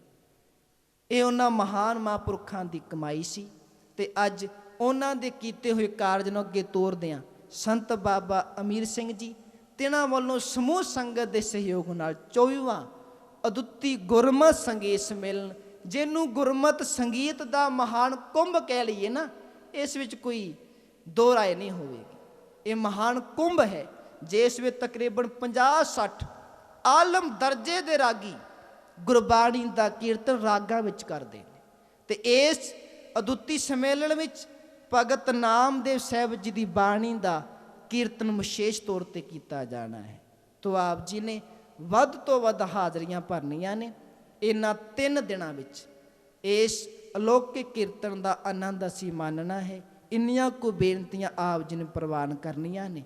ਸਤਿਗੁਰੂ ਜੀ ਕਿਰਪਾ ਕਰਨ, ਸਾਨੂੰ ਸਭ ਨੂੰ ਆਪਣੇ ਦਰੋਂ ਕਰੋ, ਨਾਮ ਬਾਣੀ ਸੇਵਾ ਸਿਮਰਨ ਦੀਆਂ ਦਾਤਾਂ ਬਖਸ਼ਿਸ਼ ਕਰਨ। ਤੇ ਨਾਲ ਮੈਂ ਬੇਨਤੀ ਕਰਾਂਗਾ, ਗੁਰੂ ਸ਼ਬਦ ਸੰਗੀਤ ਅਕੈਡਮੀ ਦੇ ਵਿਦਿਆਰਥੀ ਸਟੇਜ ਤੇ ਆਉਣਗੇ ਤੇ ਆਪ ਜੀ ਨੂੰ ਅੰਮ੍ਰਿਤ ਬਾਣੀ ਦੇ ਕੀਰਤਨ ਨਾਲ ਨਿਹਾਲ ਕਰਨਗੇ। ਇਹਨਾਂ ਤੋਂ ਉਪਰੰਤ ਸਤਿਕਾਰਯੋਗ ਭਾਈ ਦਵਿੰਦਰ ਸਿੰਘ ਜੀ ਸੁਹਾਣੇ ਵਾਲੇ, ਉਹਨਾਂ ਨੇ ਪਹੁੰਚਣਾ, ਉਹਨਾਂ ਨੇ ਵੀ ਕੀਰਤਨ ਕਰਨਾ ਹੈ। ਤੇ ਉਸ ਤੋਂ ਉਪਰੰਤ 24ਵੇਂ ਅਦੁੱਤੀ ਗੁਰਮਤਿ ਸੰਗੀਤ ਸੰਮੇਲਨ ਦੀ ਆਰੰਭਤਾ ਦੀ ਅਰਦਾਸ ਹੋਵੇਗੀ ਤੇ ਅਰਦਾਸ ਤੋਂ ਉਪਰੰਤ ਉਸੇ ਤਰ੍ਹਾਂ ਸ਼ੁੱਧ 31 ਰਾਗਾਂ ਵਿੱਚ ਕੀਰਤਨ ਆਰੰਭ ਹੋ ਜਾਵੇਗਾ। ਲਗਾਤਾਰ 3 ਦਿਨ ਇਹ ਕੀਰਤਨ ਚੱਲੇਗਾ। ਸੋ ਆਪ ਜੀ ਨੇ ਵੱਧ ਤੋਂ ਵੱਧ ਹਾਜ਼ਰੀਆਂ ਭਰਨੀਆਂ ਨੇ। ਬੜੇ ਅਦਬ ਨਾਲ ਆਪ ਤੇ ਆਉਣਾ ਹੀ ਹੈ, ਹੋਰਾਂ ਨੂੰ ਵੀ ਆਪ ਜੀ ਨੇ ਵੱਧ ਤੋਂ ਵੱਧ ਪ੍ਰੇਰਿਤ ਕਰਕੇ ਉਹਨਾਂ ਨੂੰ ਉਤਸ਼ਾਹ ਦੇ ਕੇ ਸਤਿਗੁਰਾਂ ਦੇ ਦਰਬਾਰ ਵਿੱਚ ਲਿਆਵਾਂਗੇ। ਉਹਨਾਂ ਦੇ ਭਾਗ ਤੇ ਬਣਨਗੇ, ਨਾਲ ਸਾਡੇ ਵੀ ਭਾਗ ਬਣਨਗੇ। ਨਾਲ ਅਸੀਂ ਤਨ ਮਨ ਧਨ ਦੇ ਨਾਲ ਸੇਵਾਵਾਂ ਵੀ ਕਰਨੀਆਂ ਨੇ। ਸਤਿਗੁਰੂ ਜੀ ਕਿਰਪਾ ਕਰਨ। ਸੋ ਆਓ ਬੜੇ ਪਿਆਰ ਅਦਬ ਸਹਿਤ ਗੁਰੂ ਸ਼ਬਦ ਸੰਗੀਤ ਅਕੈਡਮੀ ਦੇ ਵਿਦਿਆਰਥੀਆਂ ਪਾਸੋਂ, ਜਵੱਦੀ ਟਕਸਾਲ ਦੇ ਵਿਦਿਆਰਥੀਆਂ ਪਾਸੋਂ ਅੰਮ੍ਰਿਤ ਬਾਣੀ ਦਾ ਕੀਰਤਨ ਸ਼ਰਵਣ ਕਰ ਜੀਏ। ਬੇਅੰਤ ਪ੍ਰਕਾਰ ਦੀਆਂ ਭੁੱਲਾਂ ਗਲਤੀਆਂ ਦੀ ਖਿਮਾ।